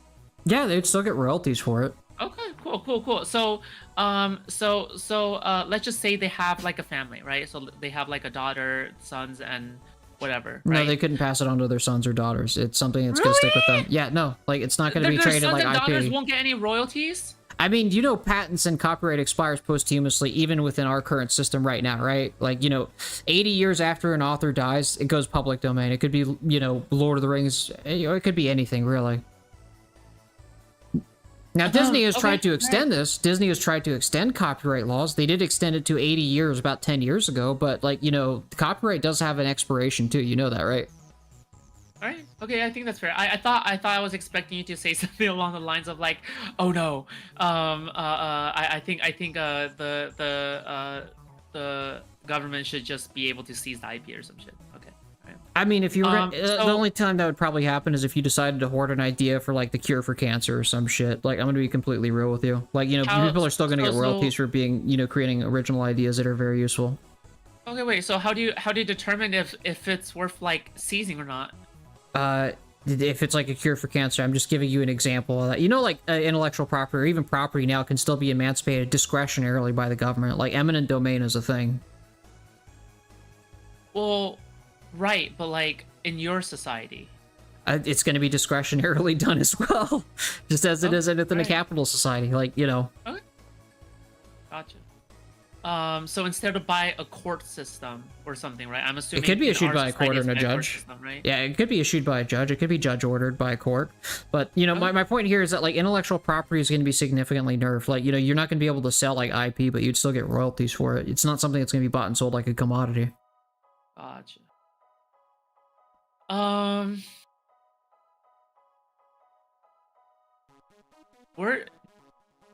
Do I remember your IP take? What was your IP take again? I'm anti-IP. Like, over time, I'd say like information is something that needs to be like more public domain. I'm a huge supporter of open source software. Personally, I'm probably not going to charge like money for any of my content because, like, honestly, I want more people to see it.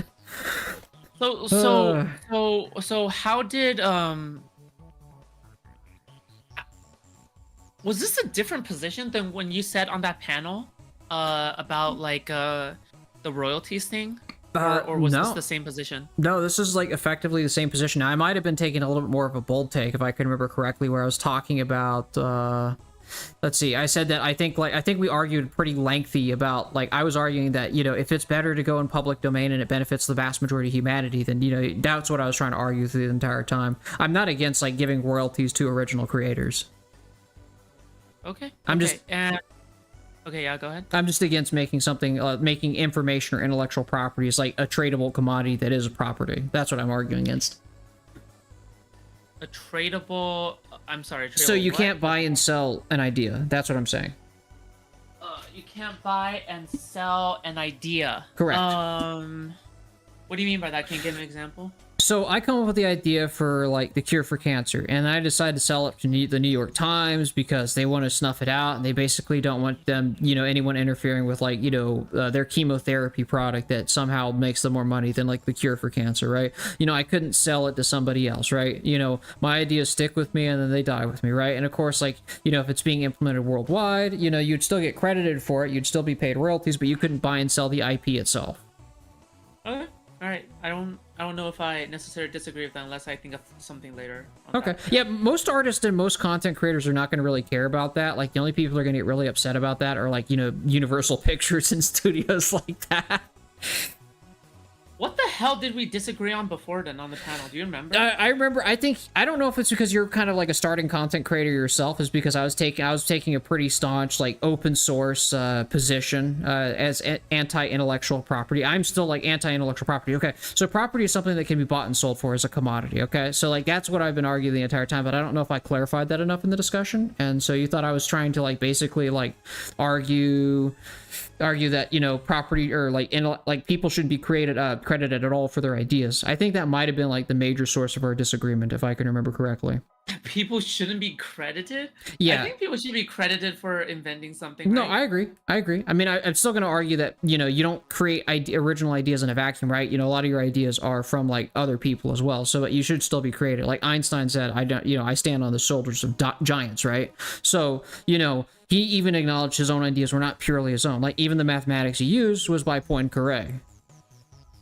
Wait, hold on. Do you get what my argument was from that panel? Do you remember? You think... Yeah, I remember you arguing, like, pretty lengthy about, like, people pour their heart, like, sweat and tears into creating something, and they should be credited for it, which I don't have a problem with people being credited. No, a bit less about that, but, like, more about the differences between an idea and about like the details of a plan, right? I remember you talking about architecture. I don't think you really fleshed that idea out. I'm gonna be 100% real with you. Okay, yeah, sure. So, for example, there's a difference between, okay, the idea, for example, is to rob a bank, right? Okay. Is to rob the bank on 9th Street, right? Okay. But however, this is not the same as the actual detailed bank robbery plans. Like, for example, okay, this is how we're gonna break into this window. This is exactly the 9mm hole we're gonna cut in this glass door. This is exactly, okay, this is how we're gonna acquire the fingerprints. This is how we're gonna acquire the whatever. This is how we're gonna acquire the bank bags. This is how we're gonna acquire the whatever, right? Yeah. It takes time and effort in order to draw up an architecture or the bank robbery map, right?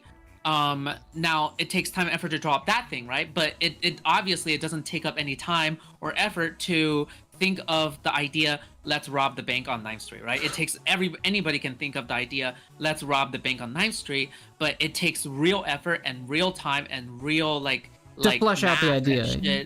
Yeah, in order to flesh it out, right? So that's what I mean by different. Oh, okay. Like, I'm gonna be completely honest. Like, if you take that position, you're probably gonna be more against patenting than you really think, right? It's because, like, I'm gonna speak from an engineer's perspective. Patents are actually very surface level designs, and a lot of times companies will it's called patent farming, and so basically companies will have a team of engineers create patents for stuff that doesn't even exist right now, in the hopes that somebody's gonna basically try and create the actual thing itself, and they can basically sue that creator, like, afterwards.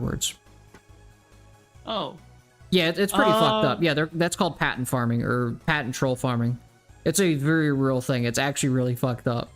Is that still happening? Oh, yes, it happens all the time. Like, companies will have little engineering teams come up with, like, ideas. Like, somebody actually, I believe, copyrighted, like, the game loading screen back in the day. So, like, to have the concept of, like, a loading screen that has an animation and then loading assets in the background, somebody actually patented that. A company actually successfully patented that. And they didn't actually create it either. Yeah, don't you think that there might still be some benefits though to having these things around? Or do you think it's only a bad thing? I'm on the opposite side of the fence right now, is because I've seen patent and copyright kind of work like against like small time creators, because like it ends up becoming property and centralizing into the hands of like a handful of companies. Like Universal Pictures is like notorious for this, especially with copyrighted content. So what is protecting like a small time content creator from something like that? Like I'm gonna be completely honest, I don't think these copyright or patent laws really do protect small time creators, to be honest, right? Why can't it? Because, you know, the people who usually own these patents and these copyrighted materials end up being large companies. Like in the case of patents, I gave the example that, you know, companies hire engineering teams to basically create a patents for things that have not even existed or even been engineered yet, in the hopes that somebody else engineers for them, and they can basically like claim ownership. But that doesn't happen all the time though, right? Like, Oh, it for happens example, a lot. yeah, sure, but that doesn't happen all the time though, right? For example, if you were to create an original idea that was actually original, and like a company didn't actually like create like a dummy beforehand in order to sue you, right? Then I suppose like you could protect that small time idea and nobody else could copy it, right? There has to be some degree of legal protection for what you invent, right? Like there has to be. I suppose so. I suppose, yes. Somebody out there is going to copy it, take the credit for it, and that just feels shitty. You know what I mean? I suppose that's the case, right? But like I said, I think it needs to be treated less like property and it's like somebody's idea, not something that can be bought and sold as a commodity, right? Is because, like, you know, the companies that do this are doing this in the vain attempt that somebody else does it, and since they own the patents to it, you know, they're going to basically have early dibs to it. So like, I think there could be some cleaning to it, but, you know, it definitely have to be turned from being a commodity into something that's somebody's idea, and it's not something that can be just bought and sold to like Universal Pictures or something. I don't know, you know, because here's the thing: if I spent enough time drawing up like a treasure map or some shit like that, right? Like if I spent enough time like mapping step by step using my own 2 feet, drawing up like a treasure map, and knowing exactly like how many steps it take to get from one location to another over the course of like 5 years and like 20 miles or some shit like that, right? Mm-hmm. I promise you, I'm selling that for at least $20,000. Okay, no, that's, all right. Like, I promise you. Okay, and you can argue that that is an idea that anybody can do or whatever like that. But that piece of paper, that quote unquote fleshed out idea is something that has real blood, sweat, and tears, you know, poured into it. You know, it's a fleshed out kind of and if thing, if it's useful, then like people should be rewarded for their work. Like I get that, but like what I'm trying to say is that like the system does not work and based on the intention, because like, you know, again, it only ends up. Then why not just end up like, you know, you can then we should probably just advocate for working out the kinks, right? Then we should work out the kinks so then people from larger corporations don't abuse it, right? Then why do we have to necessarily get rid of the entire thing? I want to give you an alternative picture, right? Because remember how in the debate I was talking about like the old style internet where you didn't have to worry about property, people weren't buying and selling stuff, people were content creators just for the fun of it, they like to impress their friends. Some people got popular, who gives a shit, right? But the thing is people enjoyed like creating content is because it was fun for the community. Like I see this with like, you know, games like VR Chat. People are like individual content creators and they do it is because they like to impress their friends, they like to come up with cool ideas. But you know, now that when you introduce property and you introduce markets, right, you lose a lot of that stuff, and on top of that actually ends up hurting like a lot of the smaller creators is because, you know, bigger companies like to make it to the dibs, right? So I want you to imagine an alternative world where you just get rid of the commodity system, you just get rid of like the price system, and you just kind of like actually have people creating stuff because they like it, not necessarily for the money, but because they actually enjoy it and they like interacting with their communities.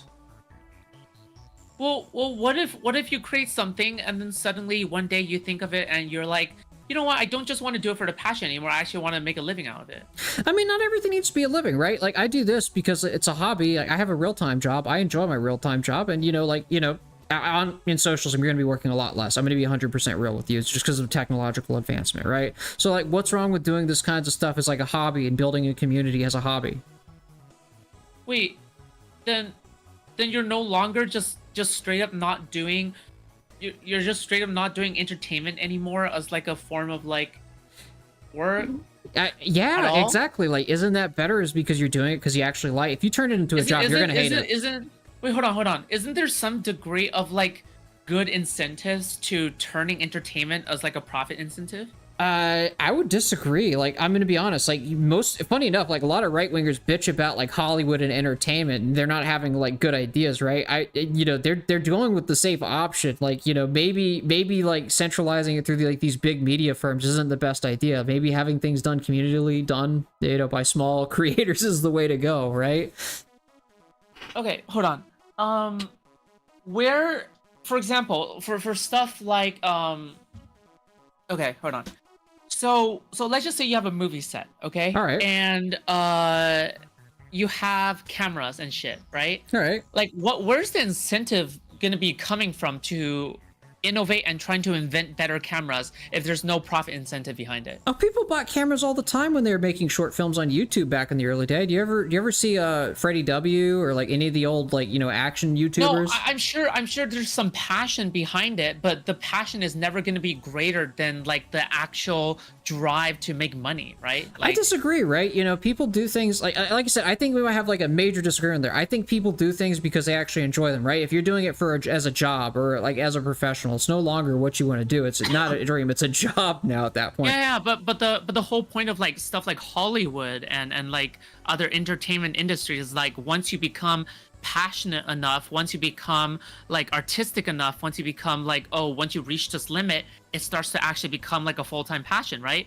It starts to become something you innovate in. It starts to become something where it's sort of like a marker or like a test for Yeah, but look what comes out of Hollywood. Nothing but like endless reboots. Let's be honest here, right? It's not exactly inspiring creativity. Do you want to be fair on that really one? There's some good stuff that comes out of Hollywood now and then. Every once in a while, but like let's be honest here, right? I see more creativity from people who are making stuff in like random like sections of YouTube or the internet than I do from Hollywood.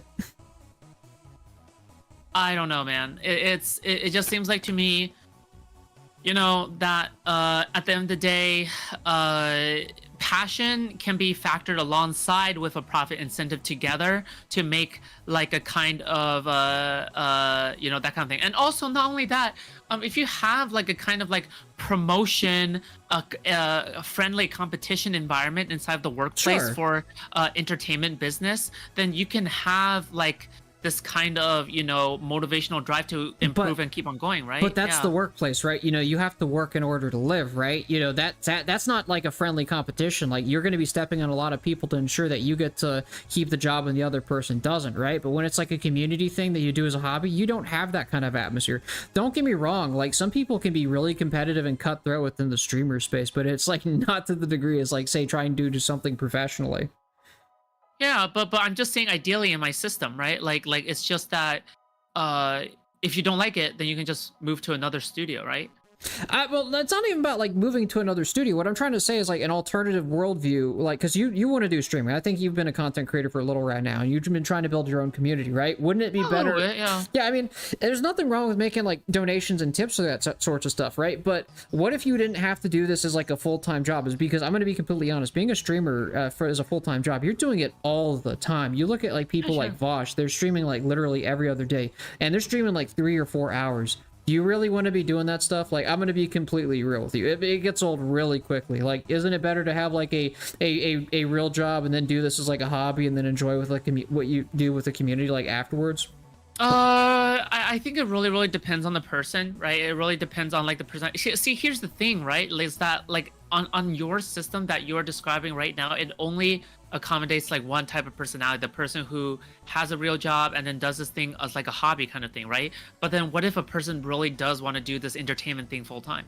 I mean, but you can still like assume like, okay, because we're speaking like huge hypotheticals right now. I'm a big advocate of reduce the workday. It's not really a huge hypothetical. It is though, right? It's because no, like, because I'm in our arguing capitalist for. society, hold on, in our capitalist society, people do want to do entertainment things full time, right? Yeah, but it's incredibly this is already stressful an existing and incredibly. thing. It's not even a hypothetical. It's incredibly competitive and cutthroat, right? What I'm arguing for is like an alternative world where you could do these kinds of things without having to be incredibly competitive and cutthroat and build your own communities organically. But we're not talking about the competitiveness or the cutthroat aspect. We're only talking about the part where we want to do entertainment full time.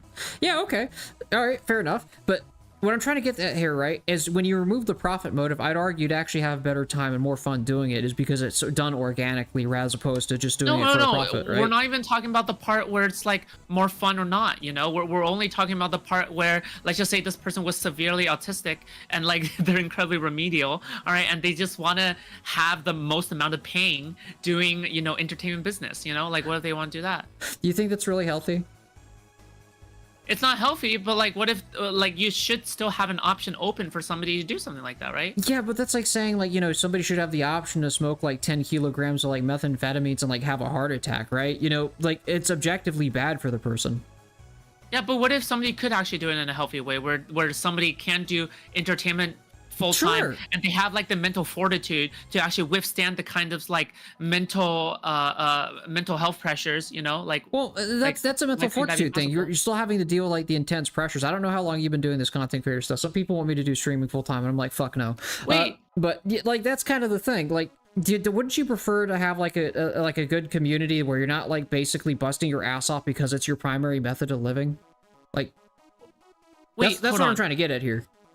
Also, another thing I'm a little bit confused on, right, for is it. that when it comes to entertainment, you're saying okay, you can get tired from entertainment and streaming all day and then editing videos all day. Sure, I can totally agree with that. But then wouldn't it also be tiring to like working at a textile factory all day as well? I mean, And you call that a real job? I mean, most people aren't doing textile like industry stuff. That's like Well, 19th most century people level aren't, stuff. but like even just sitting in front of a computer and doing coding all day is like has to be more tiring than streaming, right? Of all things, I would disagree. Like, it depends on your job. Like I or said, filing papers, yeah, I guess or that'd doing be anything like that'd that. be a It pretty depends. boring job in comparison for sure. Yeah, So, like, I don't know. a lot of it is like playing video games for a I living look- is definitely like almost a dream job for a lot of people. I would say. I'm gonna be looking at people like Vosh and a lot of streamers, like even like Haas of Infrared, like they're streaming like literally every day. Like, do you like? I guess if you really want to do it, it just doesn't look very healthy. That's what I'm trying to get at, right? To having like a real job in a sort of sense does seem better. Maybe I'm wrong about that, about the whole streamer spheres, because it is definitely taking off. People have made it into full-time jobs. I'm just a little skeptical of it. I'm also like skeptical of it. Like every single step along the way, I've been extremely careful in establishing boundaries, right? But That's good. I'm just saying, right? Like it's just, this is something that you just have to be, cognizant and aware that there are people out there who do have like the mental fortitude, they have the support networks, they have the whatever in order to do this kind of thing, and you should probably have the option open to them, like in your hypothetical system, that Yeah. they are able to do that, and Yeah, that's I about guess like the main thing I'm getting at here, right, is because I see a lot of streamers doing it in like such an unhealthy way, right? Like I kind of am against the idea of turning streaming into a full-time job, but if you can do it in a healthy way, like I have no problem with someone being a Yeah, full-time sure. entertainer. If that's like what they sure. want to do and they like building a community, like I don't see anything personally wrong with that. Yeah, sure. It's less of a personal opinion kind of recommendation kind of thing. It's more of a, does your system allow this kind of thing, right? Like that's more of a question. Well, first of all, in fact, like I said, like again, people are going to be working significantly less within like a socialist mode of production. Also, on top of that, you're probably going to have like a better standard of living. Like, that's the thing. You're not going to be forced into this like have a job, work 80 hours at like a shitty job, or be forced into like streaming like 3 hours every day to maintain an audience or that sorts of stuff, right? Having those options is definitely a more comfortable thing. Wait, rather hold than on, hold on. I wanna say be careful on the part when you say something like better standard of living and stuff, because you don't know that for sure, right? Unless it's been put to the test, unless you know for sure you've taken like a poll or Well, like a research study, and like, okay, people have done like some kind of happiness test, right? Like you don't know that for sure. Did you right? know like the percentage of rent, the income that went to rent within the Soviet Union was around 3%, like throughout most of its period. How much of your income goes to rent, by the way? I don't have income right now. Okay. Yeah, no, like the thing is like, most people are paying a pretty portion of their income into rent, and it's not exactly the best market. Like the national median rent's about $2,100 a month. Obviously, it varies from place to place, but yeah, no, like the thing is objectively you will. I mean, it already has happened, even in East Germany. Sure, you could make complaints about he didn't have the diversity of commodities in like East Germany or even the Soviet Union. Those are all valid complaints. But you weren't gonna go starving anytime soon, to be completely honest. You had a standard of living, you just didn't have all the bells and whistles that you got from a capitalist economy. To be fair though, right? Like it's that, like I said before, you were referring to the Soviet Union, right? Yeah, I was referring to the Soviet Union and East Germany as examples of like, an objectively better standard of living in a lot of respects. Like, you weren't gonna go homeless, you weren't gonna go hungry, you had a place to live. Hold on. Let's be very clear, right? It still had like, why did it fall in the end then? Like at the very end, if it was so glorious, and so unstoppable. I'm not saying it was glorious. Yeah, I'm going to argue. Actually, my own personal opinion was the Vanguard Party was a large contributing factor. Is a little bit too top down. So like that's my argument against that. There should have been more party transparency. So your argument that if it weren't for the Vanguard Party, it would have survived? Well, at least more party transparency. All right. I don't know. I don't know specifically about the East Germany aspect of the Soviet Union. That's seems fine. A bit too specific for me to specifically comment on, but you know, I know that there was a lot of problems with the Soviet Union specifically, you know, that didn't allow to continuing existence, I guess. But you know, it is what it is. Yeah. But I mean, like the dissolution of the Soviet Union was done top down by leadership. There have been several polls that showed the vast majority of the members of the Soviet Union, citizens of the Soviet Union, even the peripheral states that people to say were oppressed by Russia, did not want the Soviet Union to be dissolved. In fact, I think it was like, I think it was Ukraine or Uzbekistan was one of the last members of the tactical Soviet Union when Russia seceded from it too. Like a lot of the peripheral states did not want the Soviet Union to collapse, contrary to popular belief. I mean, I'm sure at the time because they were probably just afraid at the time, you know, of instability and chaos. And I'd have to actually pull out that study and maybe I can get it to you, but most people wanted more want more party transparency and a little bit more like worker councilist democracies. Like if you look at like most of the studies, I'm going to be pulling that up. I gotta get a couple of my buddies to pull that up, but yeah, no, they just wanted more transparency with the Vanguard Party. They didn't want the collapse. They didn't want like the Soviet Union dissolved. I see. To be very fair, right? Like they were pretty messed up, like the USSR, right? Like they were, I mean, was there a one-party system? I'm pretty sure it was a one-party system, right? I mean, technically you could run as an independent and people did, but yeah. Yeah. Yeah, I don't really like one-party systems personally. But... I mean, we live under a two-party dictatorship, which is really not that much better from a one-party system. No, I disagree with that, but... Okay, how many third-party representatives exist in the House of Representatives or the Senate? I don't know how many. Zero. That's fine. Okay, so adding an extra party all of a sudden makes something a little bit more democratic? Would adding an extra party? Yeah, you have like one additional party and it's all of a sudden a flourishing democracy. We're already pretty democratic. We don't need a third party. Oh, we don't need a third party? Third party, yeah. All the third party we've had are total clowns. Like, have you seen the Libertarian Party? I'm not saying. The Green Party? They're pretty clowny. Dude, how many times have you been told to vote for the lesser of two evils when it came to like either voting for the Democrat Party? Well, to be fair, right? That's politics in general. It's just voting for the lesser of two evils. That's like by definition voting, right? No, that's not. Like, even the liberal democracies in Europe have more democracy than the United States. We live under a two-party dictatorship where you have to vote for the lesser of two evils every 4 years, right? Let's be honest here. That's not very democratic. I'm totally open to hearing like an argument of why a parliamentary system is better than a two-party system. I'm totally open for that, right?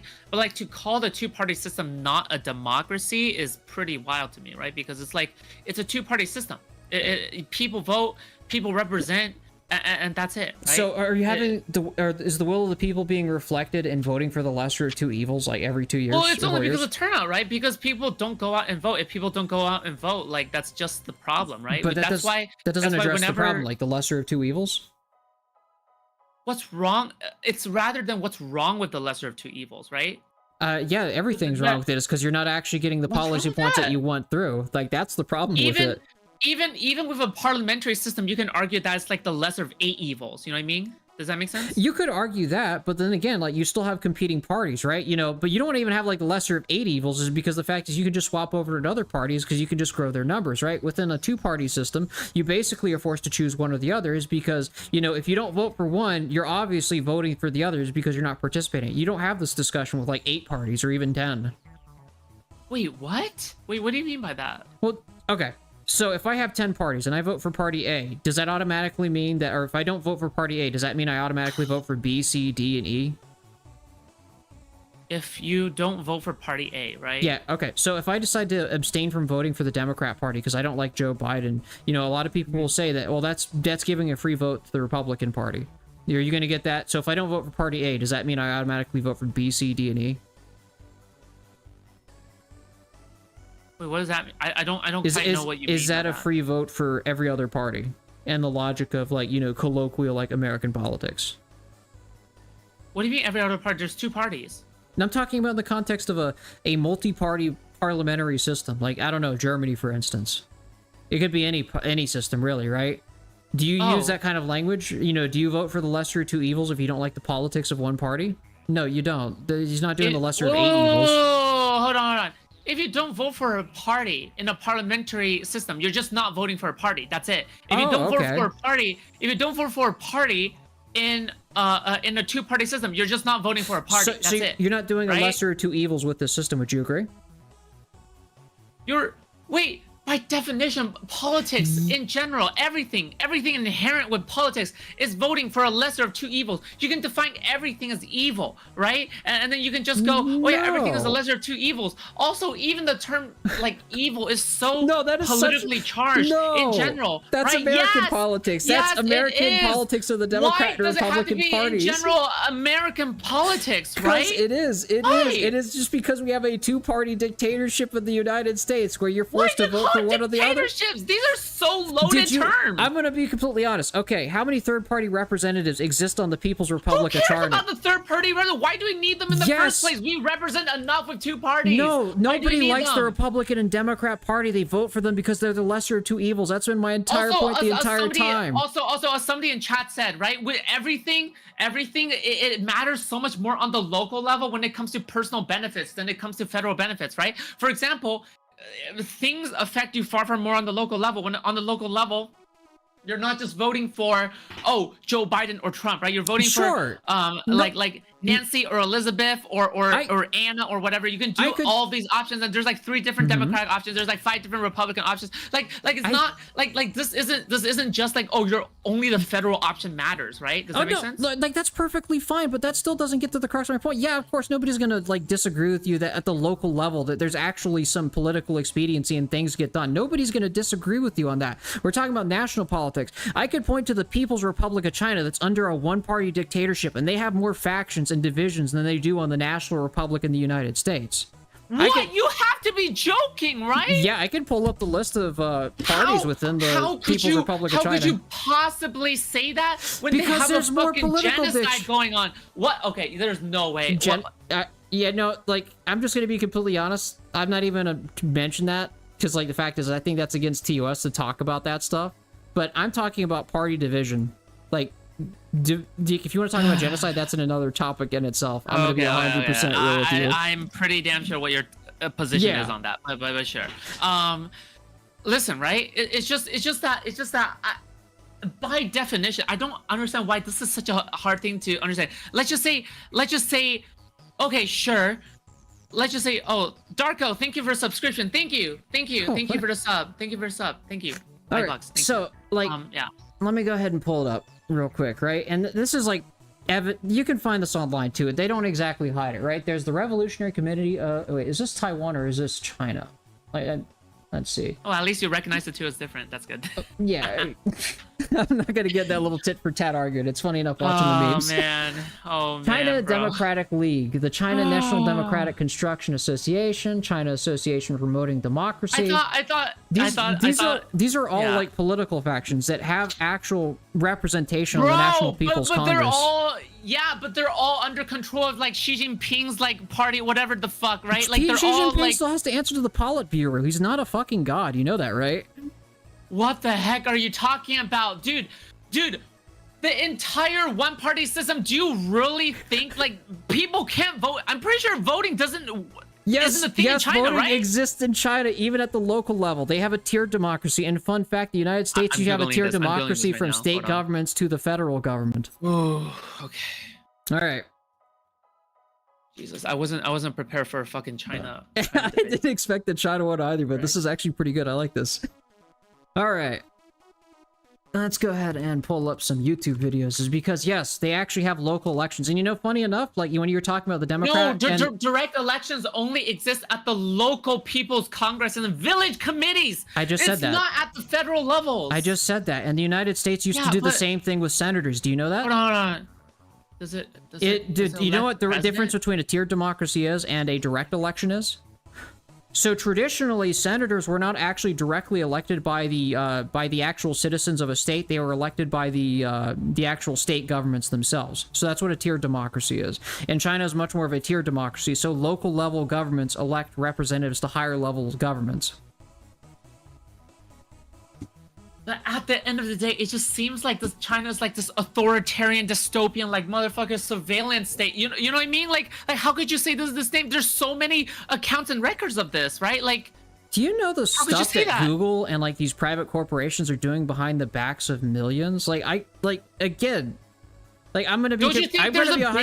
Don't you think there's a big difference between the government surveilling you versus like something like a corporation surveilling you? The corporation and the state work hand in hand together. Like, do you think that they're just separate? They're really not. No, what do you mean? In the United States, like the FBI had so much trouble trying to pry information out of like private corporations all the time. Like they have to go through like legal battles entirely in order to try to pry. Wasn't there like they tried to get information out of Apple, but Apple wouldn't let them like get information out of them? Wasn't that a thing? Apple was one thing, and that was not a federal government decision. That was actually a local murder case. That has nothing to do with the federal government. If I'm correctly remembering the case. But that was still a situation where they tried to get information. If local cops in China tried to do the same thing, they'd have a difficult time getting into control of like a large national corporation. So, okay. One thing at a time, okay? Because we're kind of getting over a bunch of topics at the same time, okay? So China operates on a tiered democracy. At the local level, they get policy decisions done locally and democratically. Funny enough, just like in the United States with the Democrat and the Republican Party. That's kind of interesting. So you can get public policy decision done pretty easily at the local level too, just like in the United States, okay? The only qualitative difference between the two republics is China is a tiered democracy, especially when it comes to electing members of the National People's Congress. There's really nothing special about China. You know that, right? Then why is China called a one-party system? Why is it called that?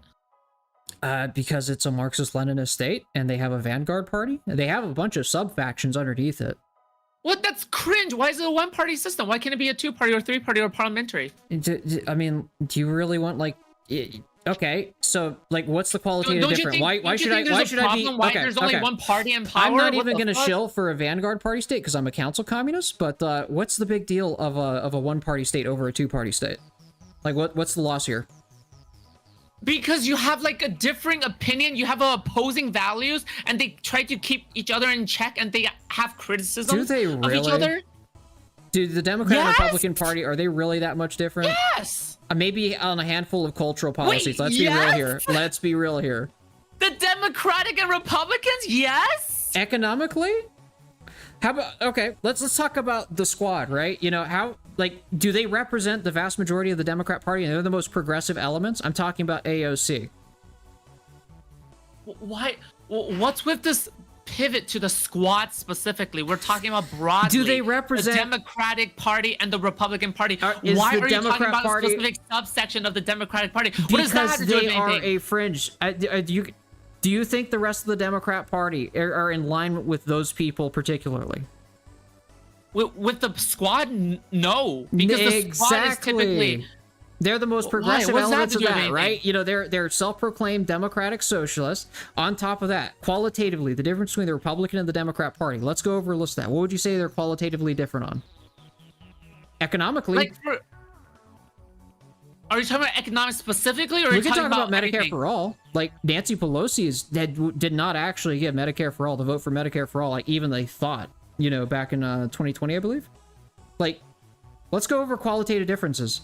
Actually, did you know Joe Biden has actually been less pro-union than Donald Trump in a sort of sense, right? He actually cracked down on the railroad workers in November. How could you not say there's a difference between Joe Biden and Donald Trump? Wait, hold on. Joe Biden has actually been harsher on border issues than Donald Trump. And not for the reasons that you might think. Donald Trump wasn't actually able to enforce border issues as well as Joe Biden was. It's because he couldn't actually work with the bureaucracy. To you, is there genuinely no difference between the Republicans and the Democrats? No, I never said that. I said that their differences are fairly minor, that they're actually practically useless. Their distinction is pointless. Even on stuff like social issues as well? Okay. How did Roe v. Wade turn out exactly? Like, are the Democrats really like trying to push that real hard? Isn't abortion literally one of the biggest issues in the country? And how's that isn't going? the Democrats like broadly like pretty damn pro-abortion? And the Republicans are pretty damn anti-abortion, and abortion is like one of the biggest issues.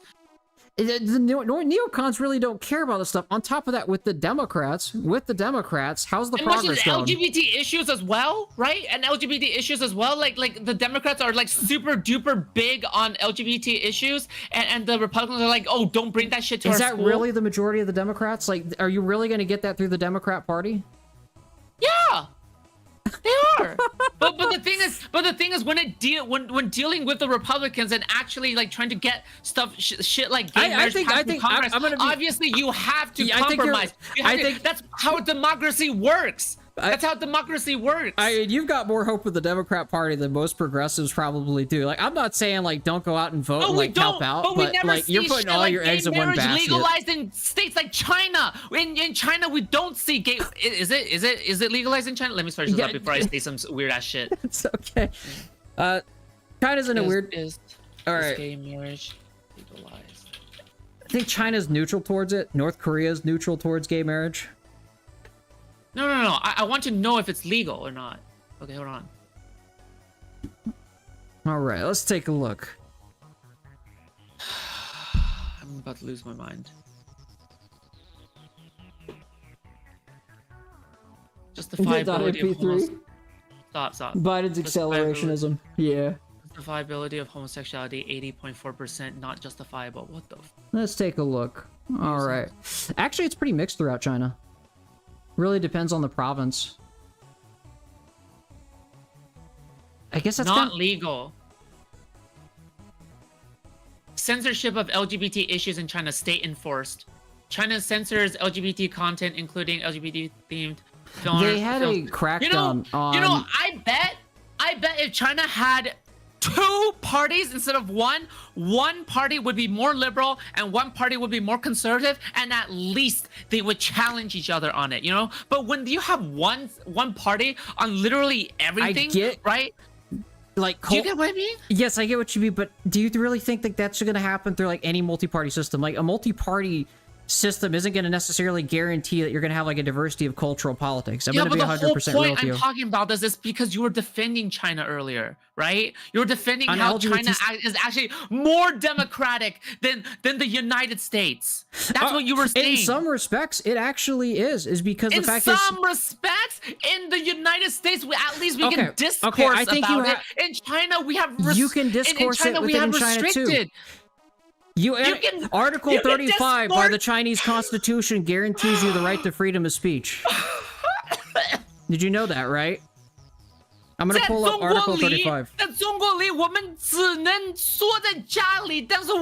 gonna pull you up Article 35. That is actually a part of the Chinese Constitution. It actually does allow freedom of speech. When I was visiting China, with my grandparents... I'm going to go ahead and quote it to you. Article 35 of the 1982 Constitution proclaims that citizens of the People's Republic of China enjoy freedom of speech, of the press, and assembly. See, this isn't a matter of whether or not it's legally recognized. It's a matter of implementation and enforcement, right? Because we can talk about whether or not it's legally recognized, okay? Don't you find it sort of ironic that why are you using cultural issues as a measure of freedom and authoritarianism? I'm kind of confused. Of course it is, because we never see people in the United States being sent out to re-education camps for saying shit. Yeah. What? Are you crazy? Like, okay, what was the whole thing about the camps on the border literally under Trump's presidency? Like, are you talking about the United States that also actually genocided Native Americans? Beliefs on broadcasting, bro. Dude. Oh my god, no, like, you think the United States hasn't done half of the authoritarian stuff? I don't want to bring it up, but yes, the United States has done just as equally brutal stuff. Not the Patriot Act. Yes, it is. The Patriot Act. You can suspend a United States citizen's civil rights at any point in time and override the Posse Comitatus Act. And that was passed under Barack Obama. But how does this escape your sensibilities? But you can talk endlessly about the authoritarianism of China. Was that kidnapping celebrities and then sending them off to re-education camps and then them coming back like a week later or 2 weeks later? Are you saying nobody's been arrested under the Patriot Act? And then them saying, 对不起，中国人，我对不起，我说的话，2个礼拜前我说了几句话，我不知道我说了什么，我肯定脑袋糊涂了。Are you sure? Like they were saying some shit like that? No, your entire argument has been boiling down thus far that because they don't agree with the cultural policies that you have, they aren't democratic. Do you know there's a such thing as illiberal democracies?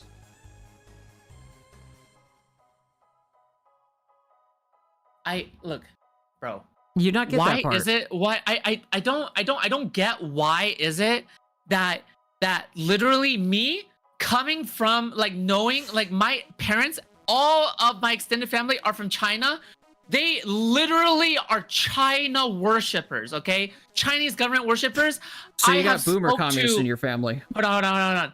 I spoke to people from East Europe, okay, who came from Slavic Europe and shit like that. Okay, they have families coming from communist USSR countries and communist whatever, not even from USSR, but like people whatever. They crave capitalism, okay? They want to suckle off of capitalist dick rather than live in communist countries. Why do they want that instead of living in some communist shithole? Why is it that people want to leave China and go live in and work in the US rather than live in China? Okay. Like there has to be a reasoning to that, right? Nobody's like, leaving China en masse like you think they are anymore. Like China's a developed country and it's continuously developing. Last time I visited China, I literally had like I had my relative family and literally he was like in hushed tone, like he was like yo your son, because I was the son, right? All right. And then it was he in hushed tone, he was like yo, you go to school in the US, right? I'm thinking of sending my daughter to school in the US, you know what I mean? But you know, I don't want my daughter exposed to porn or some shit like that, right? So, but I really do want my daughter to go to school there because my daughter has no future in China or shit like that. Why would people say that? Like China has like the fastest like AI development in the world. Shit I've literally heard by ear in China in person. Right. You can't deny this, okay? You can't deny this. Okay, I don't have to deny your experiences. You can call this anecdotal, right? But I'm just saying this is not just a thing, right? But like, but what do cultural policies have to do with measuring whether or not a country is democratic, right? Okay, Weimar Germany was a democracy, right? But they became heavily Nazified. Would you not say that's still, just because they went illiberal, that doesn't mean they aren't still a democratic system because they still hold elections?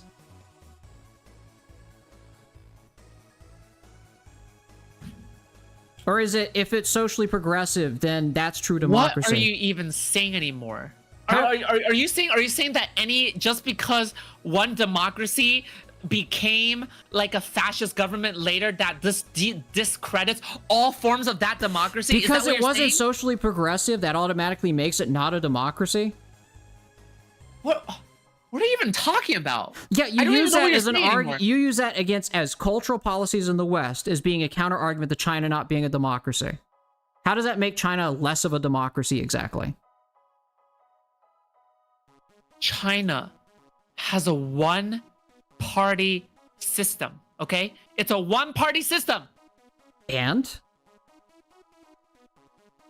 It has no as opposed to a two-party dictatorship where you have no other choice? How do you not get this? Like, adding one party, it's all of a sudden democratic? Quote-unquote two-party dictatorship, okay? You add an extra party, and now you have democracy minus one, it's authoritarianism? The executive branch, the judicial branch, and we have Congress, okay? These three branches. What do you think the National People's Congress of China is? It's a fucking Congress. What's your point here? No, it's not, dude. Holy crap. Even though you can call it a Congress, okay? I don't see any other system. I'm sorry, it's all a show. Like, Xi Jinping runs the whole thing. I'm sorry he pulls everyone like a puppet string. Let's look at that. Like, that entire, like, you know, Congress, that's all strings on... Yeah. Let's go ahead. You'll find the strings in the images. Yeah, Xi Jinping is puppeting all of those people in the National People's Congress.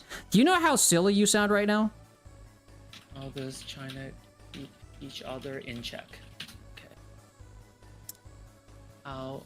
How does China prevent itself from... How does China prevent itself from... Can you answer the question, how does having a one-party state make it less of a democracy internally? Because like a two-party, how does it go from one party to two-party being a democracy? How is this reflecting the will of the people? Party! It's one political Oh, ideology. so you do plus one. It's democracy. Party. So plus one equals democracy? Hold on. How does... I'm waiting for you to explain how a plus one party equals a democracy. Okay. Rather, I want to say this. What kind of checks and balances does China have for its own government? They have 8 sub-factions. Okay, hold on. Let me see. Actually, no, I stand corrected. I think it was 13. Let's pull it up. What are the list of political parties? Oh, no, actually, I stand corrected. I stand corrected. There's actually other parties besides the CPC, but the CPC takes up the majority. Okay, so there's the Revolutionary Committee of the Chinese Kuomintang, which I'm guessing is a fragment of the old Nationalist Party, the China Democratic League, the China National Democratic Association, the China Association Promoting Democracy. Oh my god, wow, they're using democracy in their terminology in this party. The Workers', Peasants, and Workers' Democratic Party, the China Zhigong Party, the Jusan Society. Actually, there's a total of 8 other parties, and they actually have more representation on the National People's Congress than probably third parties in the United States. I don't think your criteria is doing really well here. I'm reading Wikipedia right now. Hold on. All right, let's look at the composure of the National People's Congress. Hold on. I'm reading Wikipedia right now. All right. I know that whenever I'm in doubt, I always read Wikipedia because Wikipedia is always correct, okay? All right. Senate of the United States. Let's see. U.S. Senate. The Chinese political system is authoritarian. There are no freely elected national leaders. Political opposition is suppressed. All religious activity is controlled by the CCP. Dissent is not permitted, and civil rights are Citation. curtailed. Put it in the chat. Wow. Come on. Direct elections occur only at the local level, not the national level, with all candidate nominations controlled by the CCP. They don't do direct elections. Crazy, they do tiered isn't elections. it? That's kind of interesting. They do tiered elections. Interesting. All right. So... let's look at the National People's Congress and let's compare it to the United States Senate. I'll link you the Wikipedia. I'll link you the Wikipedia. Yes, How about please that, do, okay? please do. I'd love to read it. I'd love to read it. Here, I put it inside Isle Stream Chat, okay? Isle Stream with Chat. the Wikipedia, they attach the sources to it, okay? No, that's perfectly fine. So I'm going to pull up the same Wikipedia because you're okay with Wikipedia. All right, sure. Let's look at the National People's Congress composure. Okay, so let's see. They have practically representation. They have, 2,090 seats are by the Communist Party of China. 2 are by which one is that one? What is the JS Party? I don't know. You that haven't one. even heard of it. That's right. You haven't even heard of it. Why have you not heard of it? What? I had the list open right now. It was right open. Why do I need to memorize 8 different parties? Do you remember all the parties of Germany? Thing, do you remember? Do you know all the parties of Germany? No, quiet. Do you know all the parties of Germany? China's much bigger than Germany, okay? China's much bigger than Germany, okay? Stop. Do you know all the parties of Germany? No? Okay, so don't throw that at me. Yeah, I No, actually you don't, so be quiet. AFP, Thank you. Okay, or AFP, the far right party. Oh, so you know one. You know one. Than... Name all the others. Yeah, but I know one more than China's alternative party. Why is that? Oh, okay, huh? I named the CCP, so I'm easily out of that arrangement. Okay, so come on. Why is it that everybody remembers the CCP, but nobody ever recognizes you any asked of me the to do other one Chinese party. You parties? only remembered one party of Germany, so I'm just getting back at you by your own metrics. Hold on, let me see. All right. Since the founding of the People's Republic, the government is Beijing. CCP, JS, CAPD has 58 seats. The CDL, the China Democratic League. Oh, wow, they actually use democracy in their word. That must be fake. It must be authoritarianism. They need to change that. What do you mean the Nazis used the Democratic or some shit in their name as well? What are you talking about? Where did they use Democratic in their party name? Or whatever like that. Hold on, Nazi official party The NSDAP meant Deutschen Arbeiterpartei or something like that. Yeah, the National Socialist German Workers' Party. There's no democracy. Is it actually socialist? Yeah, I don't care. Is it actually socialist? No, you said democracy. Don't change subjects. It doesn't matter. Is it actually socialist? Is it actual socialist? Is it workers? Is it actually workers socialist? I never argued that. It doesn't matter. I'm just saying. I was making a tongue-in-cheek comment with you. I was making a tongue-in-cheek joke at you, and you think I'm trying to say that's evidence. No. Just because the name is inside the worker's name doesn't mean that it is representative of what it means. I 100% agree with you. You took a tongue-in-cheek joke. You took a tongue-in-cheek joke and took it literally. But yeah, no, they need to change it to the Chinese Authoritarianism League, is because obviously they're not a Democratic Party, even though they have seats on the National People's fucking Congress. Yes, I want to fuck Congress, okay? Alright. Now, how many third parties exist in the Senate and the House? How many what? 0. That's how many parties besides the Democrat and Republican Party exist in the United States Senate or House of Representatives. Oh, I'm reading this article. So China's more of a multi-party democracy than the United States. That's weird. Any authoritarian government can pretend to have multiple parties or multiple factions or multiple whatever. Don't you think? Okay, if I were to follow your logic through and I were to carry it out and say these little puppet factions are just owned by the CPC or some shit like that. Let's go with that, right?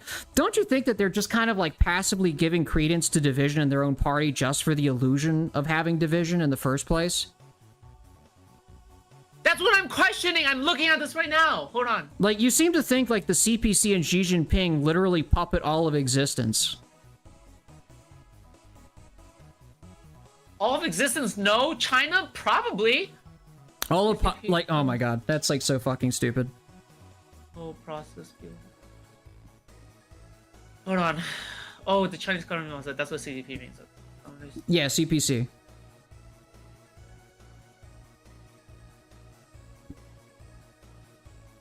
So there's 8 parties, and they have more representation in the National People's Congress. And we're talking about the National People's Congress, the ability to write legislator. You're telling me that they're all puppeted by the CPC? That's legitimately fucking stupid.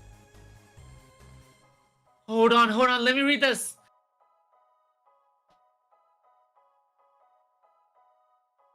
I have like ADHD mind. Yeah, I know that one's banned. Is based on anti-Marxian, national struggle. But yeah.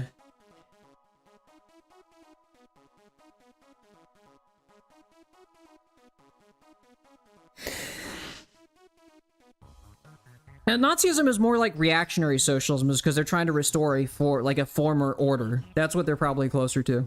Bro, you are so wrong. You're so wrong. I'll even pull this up on screen, okay? Pull it up. Before that, do it. I'm gonna drink some water, okay? Be right back, okay? I'll be here.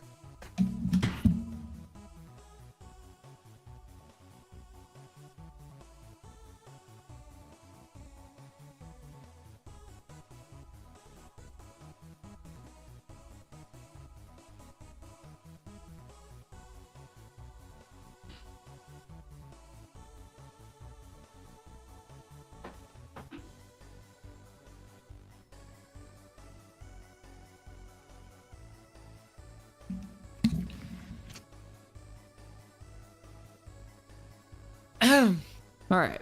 I'm gonna just say right now, me and the East European boys and the Slavic boys and girls, okay, we all of us, okay, we are capitalist simps, okay, we will suck. And you've come to the United States to suck capitalist dick and that's basically right, insult Americans we will bounce about on it, reverse cowgirl style, even though Americans are getting poorer generation after generation. A gigantic sock dem orgy, okay, because we would rather do that than starve, okay, all right. Yeah, because like they're perpetually starving. I'm just kind of surprised their populations weren't going down. Through Holodomor 5.0, okay? Hold on. Oh my god. All right, so where's your gotcha? I want to hear it. No, it's not even a fucking gotcha. It's just me reading off of Wikipedia. Hold on. Bring it. Hold on, let me share the screen. All right, go for it. Yeah, I will go for it. Fortnite, that is. Oh, fuck. Hold on. Actually, fuck it. I'll share... Look at the link, okay? Look at the link. Right, can you do that for me? What chat? The same link that I sent you, okay? I don't know what chat you posted that on. I actually don't have access to your IEL chat, by the way. The IEL stream chat? I don't have access to it. It's because technically it's a locked channel. What? Okay, hold on.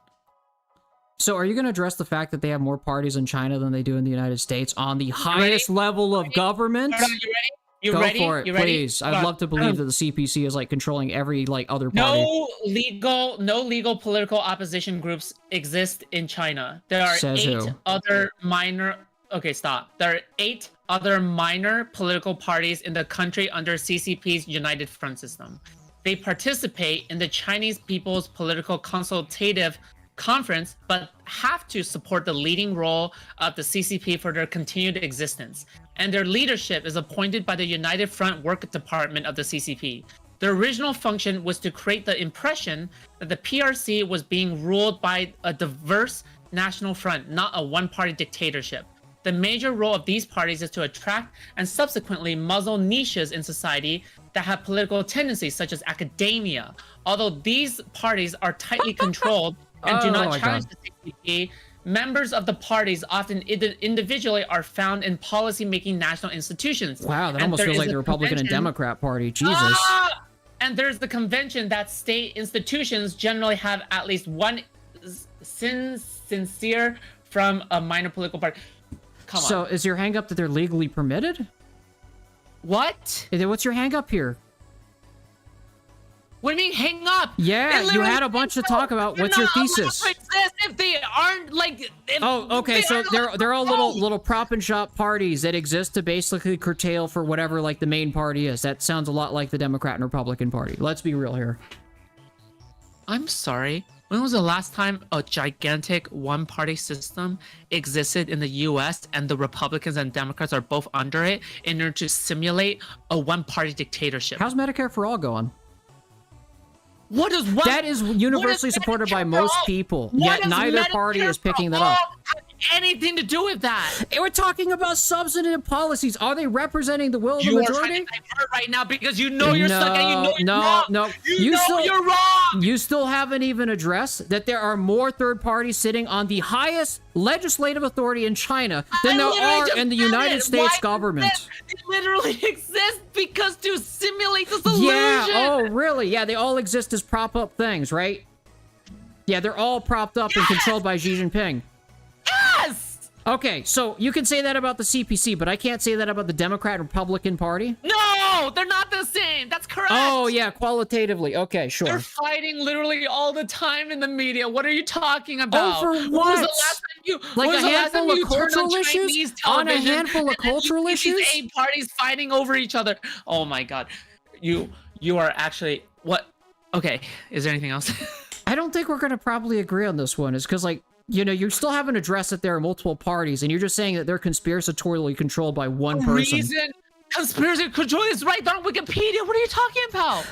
All right, let's look at the citations. We're pulling out the citations from Wikipedia. All right. Post the link in generals because I don't have access to your IEL chat. Hold on, let me see. All right, food shops right here.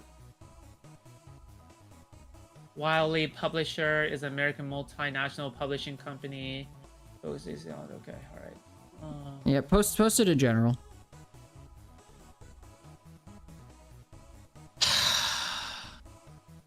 I want to see the citation that you've got right here that you're getting from. I actually want to see Wikipedia citations because you're just kind of copying and pasting Wikipedia's response.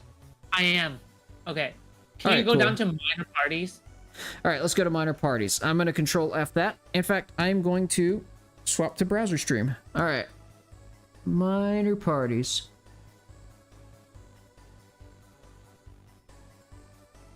Okay. When was the last time? Have you ever listened to Chinese television before? Have you ever like turned on Chinese cable before? No. Go for it. I have. What are they talking about? When I turn on Chinese cable, do you know what I see? I see what's up? Anti-Japanese propaganda. Okay, that's number 1. I'm not surprised. War movies. That's number 2. More war movies. Okay. Even more war movies. Okay. Action movies. Okay. Really badly done anime. Okay. Really badly done action movies. Okay. That's all I see. I don't see political dissent. Okay. And also, finally, I see state broadcasting. Okay. So you watch fucking shitty action movies, and that's your evidence of no fucking political dissent? That's all the channels I flip through. I was like, flip through literally all the fucking channels. That's all I see. Oh my Christ, that's your fucking metric? When was the last time I ever saw a fucking debate? Christ almighty. That's your fucking metric? Come on. Oh my god. Oh my god. Oh my god. Oh my god. Oh my god. Oh my god. I'm trying to be like halfway polite here, and you're gonna come up with that as a metric? Seriously? Wait. That's your fucking metric of political dissent is fucking war movies? Because all you saw were fucking war movies, there's no political dissent? Oh my fucking god, holy shit.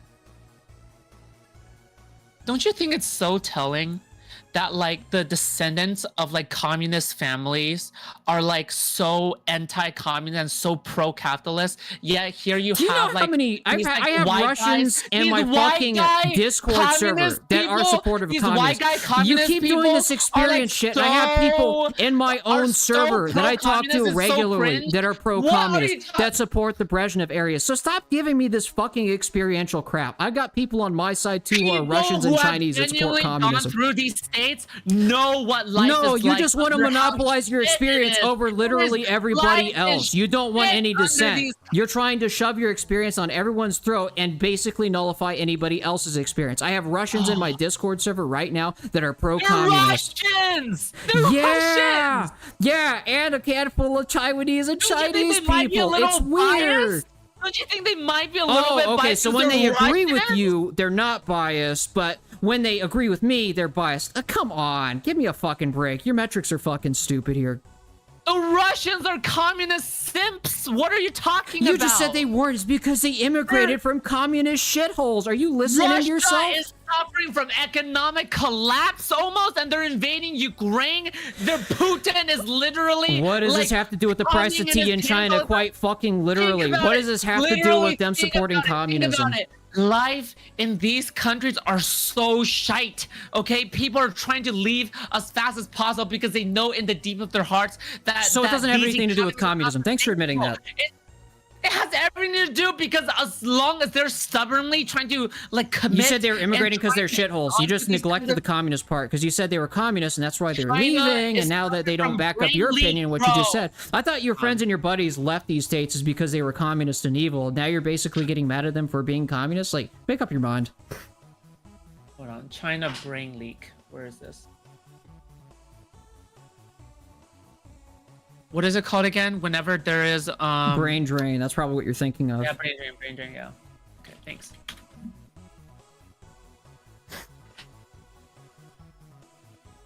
So are these China's people? under some severe brain drain. What are you talking about?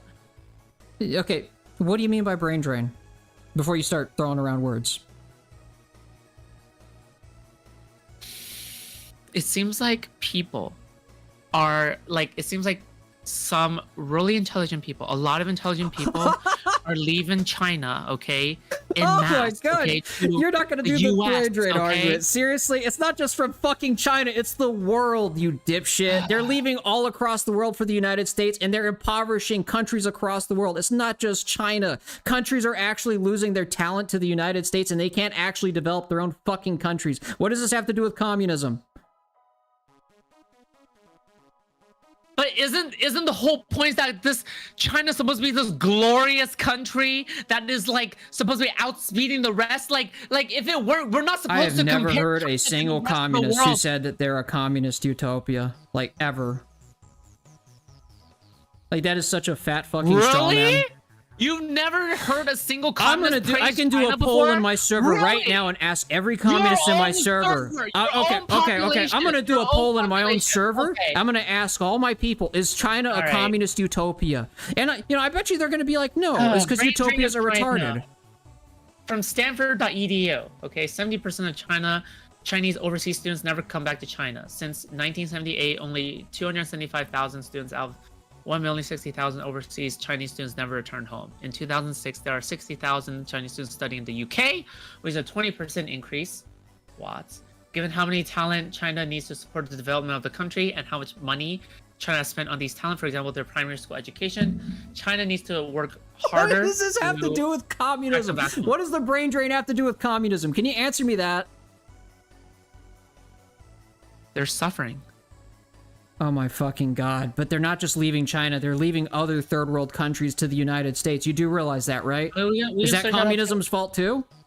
We can search that up too. Yeah, hey chat, I got a question. Post 1 if you think China is a communist utopia, and post 2 if you think it's just a regular ass country. Like, I want to know how many of you are like disillusioned and think it's like a paradise, like a workers' paradise. Listen. In 2022, the Polynesian island of Samoa was the most impacted nation, with the highest possible human capital and brain drain indicator score of 10 in the latest Fragile States Index, as compiled by the nonprofit The Fund for Peace. Okay. Do you want to compare China with Samoa? Is that what you want? No, I'm just Really? trying to figure out how you're relating this to communism. That's my question to you. I'm just saying, right? I'm just saying, like, So people do are you leaving their really shitty wanna countries compare- because of do you really communism? wanna Is that your compare- do you argument wanna- here? Yeah, but do you really want to compare like a communistic government to fucking Samoa? Do you want to compare like these kinds That's of like? what you were doing when you said people were leaving China because it's communist. But is Samoa communist too? All right, let's just see what the brain drain rate is in China. Okay. Rankings by country. Okay. Bro, she's pivoting Maybe so you're right. hard. This is Maybe so I'm wrong. fucking annoying. See. I don't know. Everyone in my chat, I haven't seen a single one post up in my chat about anyone It's being your disillusioned. chat. Where's your chat? Do you see My me asking confidence chat? oomfies don't seem to be fucking thinking China is like some communist utopia. The entire time I've never asked my chat, by the way. Okay. Okay, go for it. Answer it. I mean, they're probably I'm gonna put not. ones because they Why the think fuck that's would I true. ask my chat? Yeah, no, ask your chat if China's a communist Why utopia. would I do There's probably that? gonna be more ones than my chat. My chat's filled with communist. Well, my chat isn't filled with communists. It's filled with ANCAPs, like it's just filled with different kinds of people. If anybody else, okay. Okay, let me see.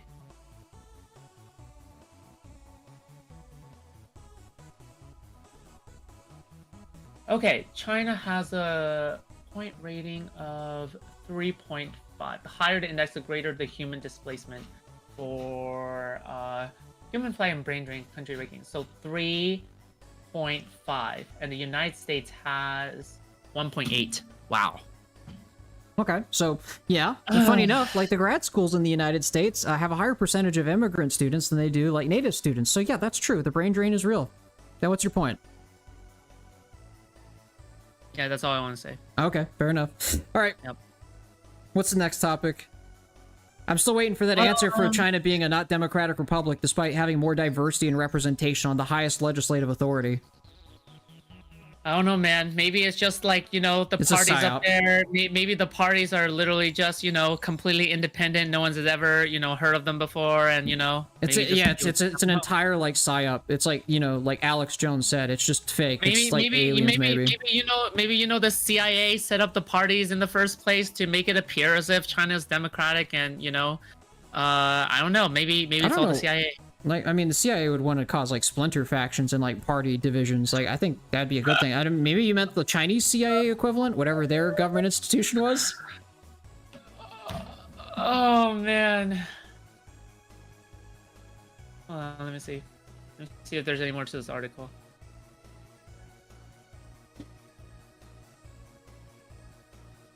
All right, I'm gonna look up. I'm gonna be a little bit charitable. I'm gonna do a little research for you because I want to find out where you got that minor party section where it's all propped up. I want to know who wrote that. I'm gonna figure out who did that. Right. Let's see. All right. Where was that study? Do you have like a citation number? Yeah. So Alright. in that one specific Wikipedia, it seems like it links back to Global power shift: China versus the West, and their leadership of the United Front Work Department. All right, let's see. Is that just like some kind of giant ass labor union? I think that's kind of like the United Front Work Department of the Central Let's Committee. see, Oh no, it it's says- not. It's like for the it says Central something- Committee. It says something about 84. Something about China versus the West. Yeah, it looks like we're looking at the same thing. All right, yeah. Wiley publisher. That seems to be I'm gonna look at the Fairly- DOI.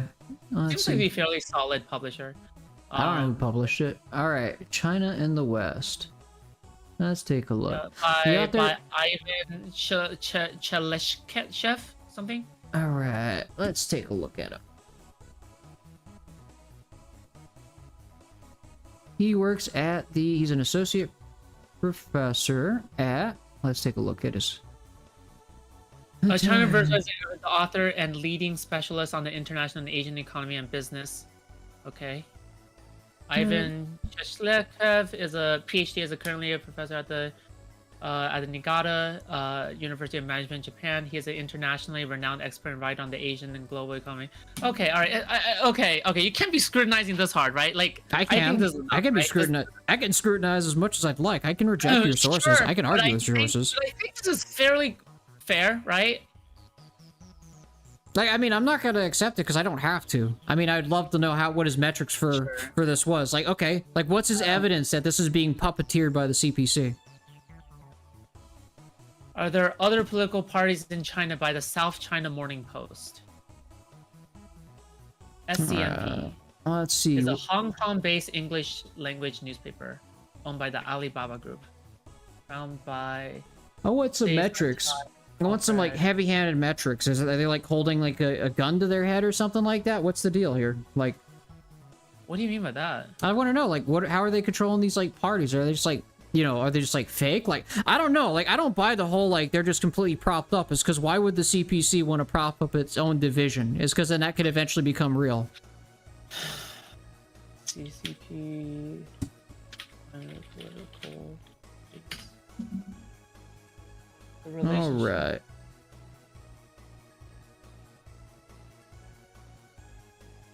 Play an advisory rather than an oppositional role, according to the Human Rights Watch. Oh, they're Human Rights Watch. I'm not surprised by that statement. All right.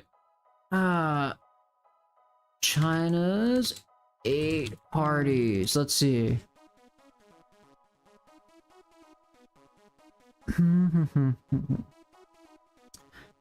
Communist Party, blah, blah, blah, blah. Yeah, and these parties have existed since like 1945. Some of them are relatively new. Some of them was a split. Even one of them is a split from the Nationalist Party from the Chinese Civil War anyways, right? So it's like, you really gonna try and tell me that that's like was set up by the CPC? Yeah, they set up the Nationalist Party in the Civil War. That's just fucking stupid. All right, let's look at the history. I'm gonna look this up because I don't want to just fucking say shit and just roll with it. Let's see. Let's look up this party. All right, political parties in China. Okay, listen, I don't want to do this forever, okay? All right. Yeah, it's already getting pretty late, to be honest. Political parties. Alrighty. Because it seems like we went down a fucking rabbit hole. Okay? I think we did. And so I want to look at this one because I think this is. At least it wasn't a fucking theory rabbit hole. That's the worst kind of rabbit hole. Oh, I'm gonna be completely honest. Like even the fucking Kuomintang Party, which is a fraction of the Nationalist Party, was the left wing of the Nationalist Party of the Civil War. You come on, this isn't fucking all propped up. That's fucking stupid. Give me a break. You literally can't take this position, can you? The what? Sorry. All right, I'm going to go ahead and repeat it to you, right? The Revolutionary Committee of the Chinese Kuomintang, they look like they're a splinter faction from the Kuomintang, which was the Nationalist Party of China during the Civil War. Are you going to tell me that was a fucking psyop by the CPC as well? Bro, it doesn't matter how you name it, right? It's a fucking splinter faction from the Nationalist Party! Why is it that we never see any kind of opposition or hear of any opposition from them in the news or anything?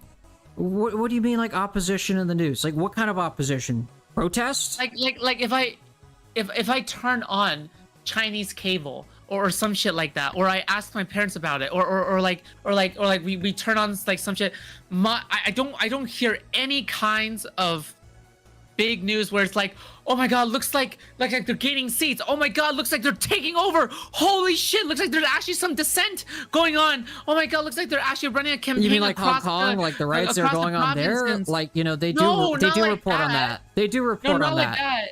Oh no, not like that. I'm not talking about that. I'm talking about like among the 8 minor political parties. Oh, you mean like one of the minor political parties becoming a majority? No, I'm talking about like them running some kind of like political campaign where they're actually presenting some kind of opposition and like actually like over what? Like saying over saying, oh, we actually disagree with the decision making that you guys are doing. Sure. And we're gonna. They probably do, but over what particular topic? It doesn't seem so. It doesn't seem so. You know, we have. But that's the problem, right? That's the problem, right? Is that I never heard of any kind of opposition like that. If there was opposition like that, then that would be healthier for the country, right?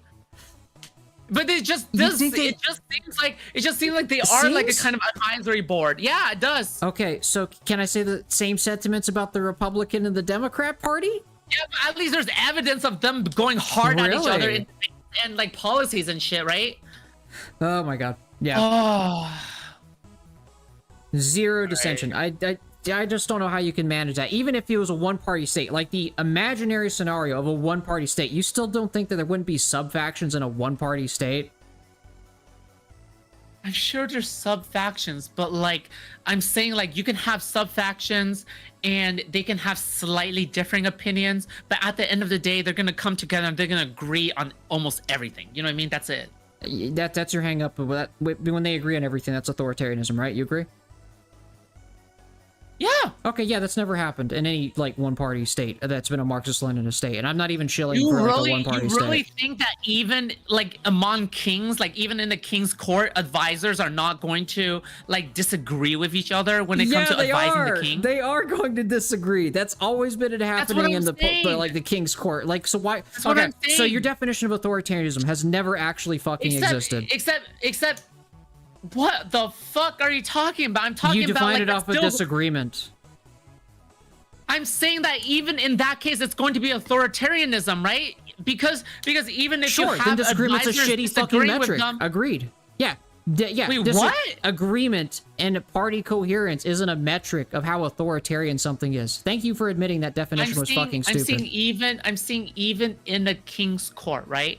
You can have a king, he makes the ultimate decision on everything, right? So he can listen to advisors. Advisors are going to give advice, right? But likely, more than not, throughout history, a king's going to have more than one advisor, all right? Because sometimes he's going to be clueless. He's going to feel lost. So advisors are going to be arguing with one another, okay? So, however, the king is going to stamp his gigantic ass stick onto the ground and go, okay, bro, I made my decision. I'm sorry, advisor number 2 and 4, okay? But I'm gonna go with advisor 1 and 3's conjunctionist statement and say, I'm gonna go with your advice, okay? And then the rest of the 2 and 4 advisors go, okay, fine, we'll go with your decision because you're the king and you're the boss, okay? I'm just saying, it just seems like that is the case. Even in those king's courts, no, like, again, like, your definition of, like, basically coherency with an opinion, I just want you to fucking throw that out, because it's a shitty definition of authoritarianism. You realize that?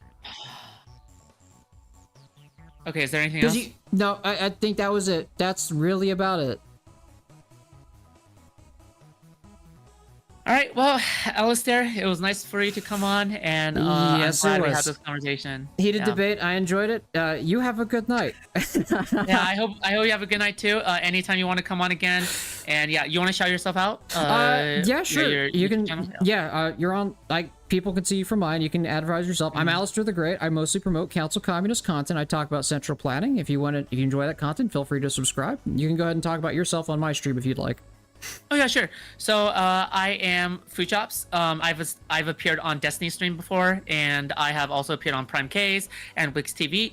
And just been putting myself out there a lot, and has been gaining a lot of momentum. So anytime any of you guys want to come in and talk to me as well on stream, more than happy to do so. Just check me out on kick.com/foodchops, and you can also see me on Food Chops on YouTube, and that's it. Alrighty, well, it was nice debating with you. This went on for almost 3 fucking hours. Actually, yeah, it is about 3 hours. But yeah, no, if you ever want to have a debate and you just need something to kill, like for a debate stream or something like that, I'm perfectly fine with doing that. Okay, more than happy to. Thank you. Alrighty, have a good evening. See ya. Bye. Alrighty, that was an interesting debate. It started out pretty wholesome for the first hour and a half, right? But then as soon as we got on the topic of China, it went all downhill there. And I just kept talking about, like, China's not that special of a country, to be 100% real with you. But yes, I will be setting up a kick stream at some point or another. I think I already set up an account. Feel free to subscribe to it. My link tree is in my YouTube channel if you want to go ahead and find it there. It's in that long list of links. But other than that,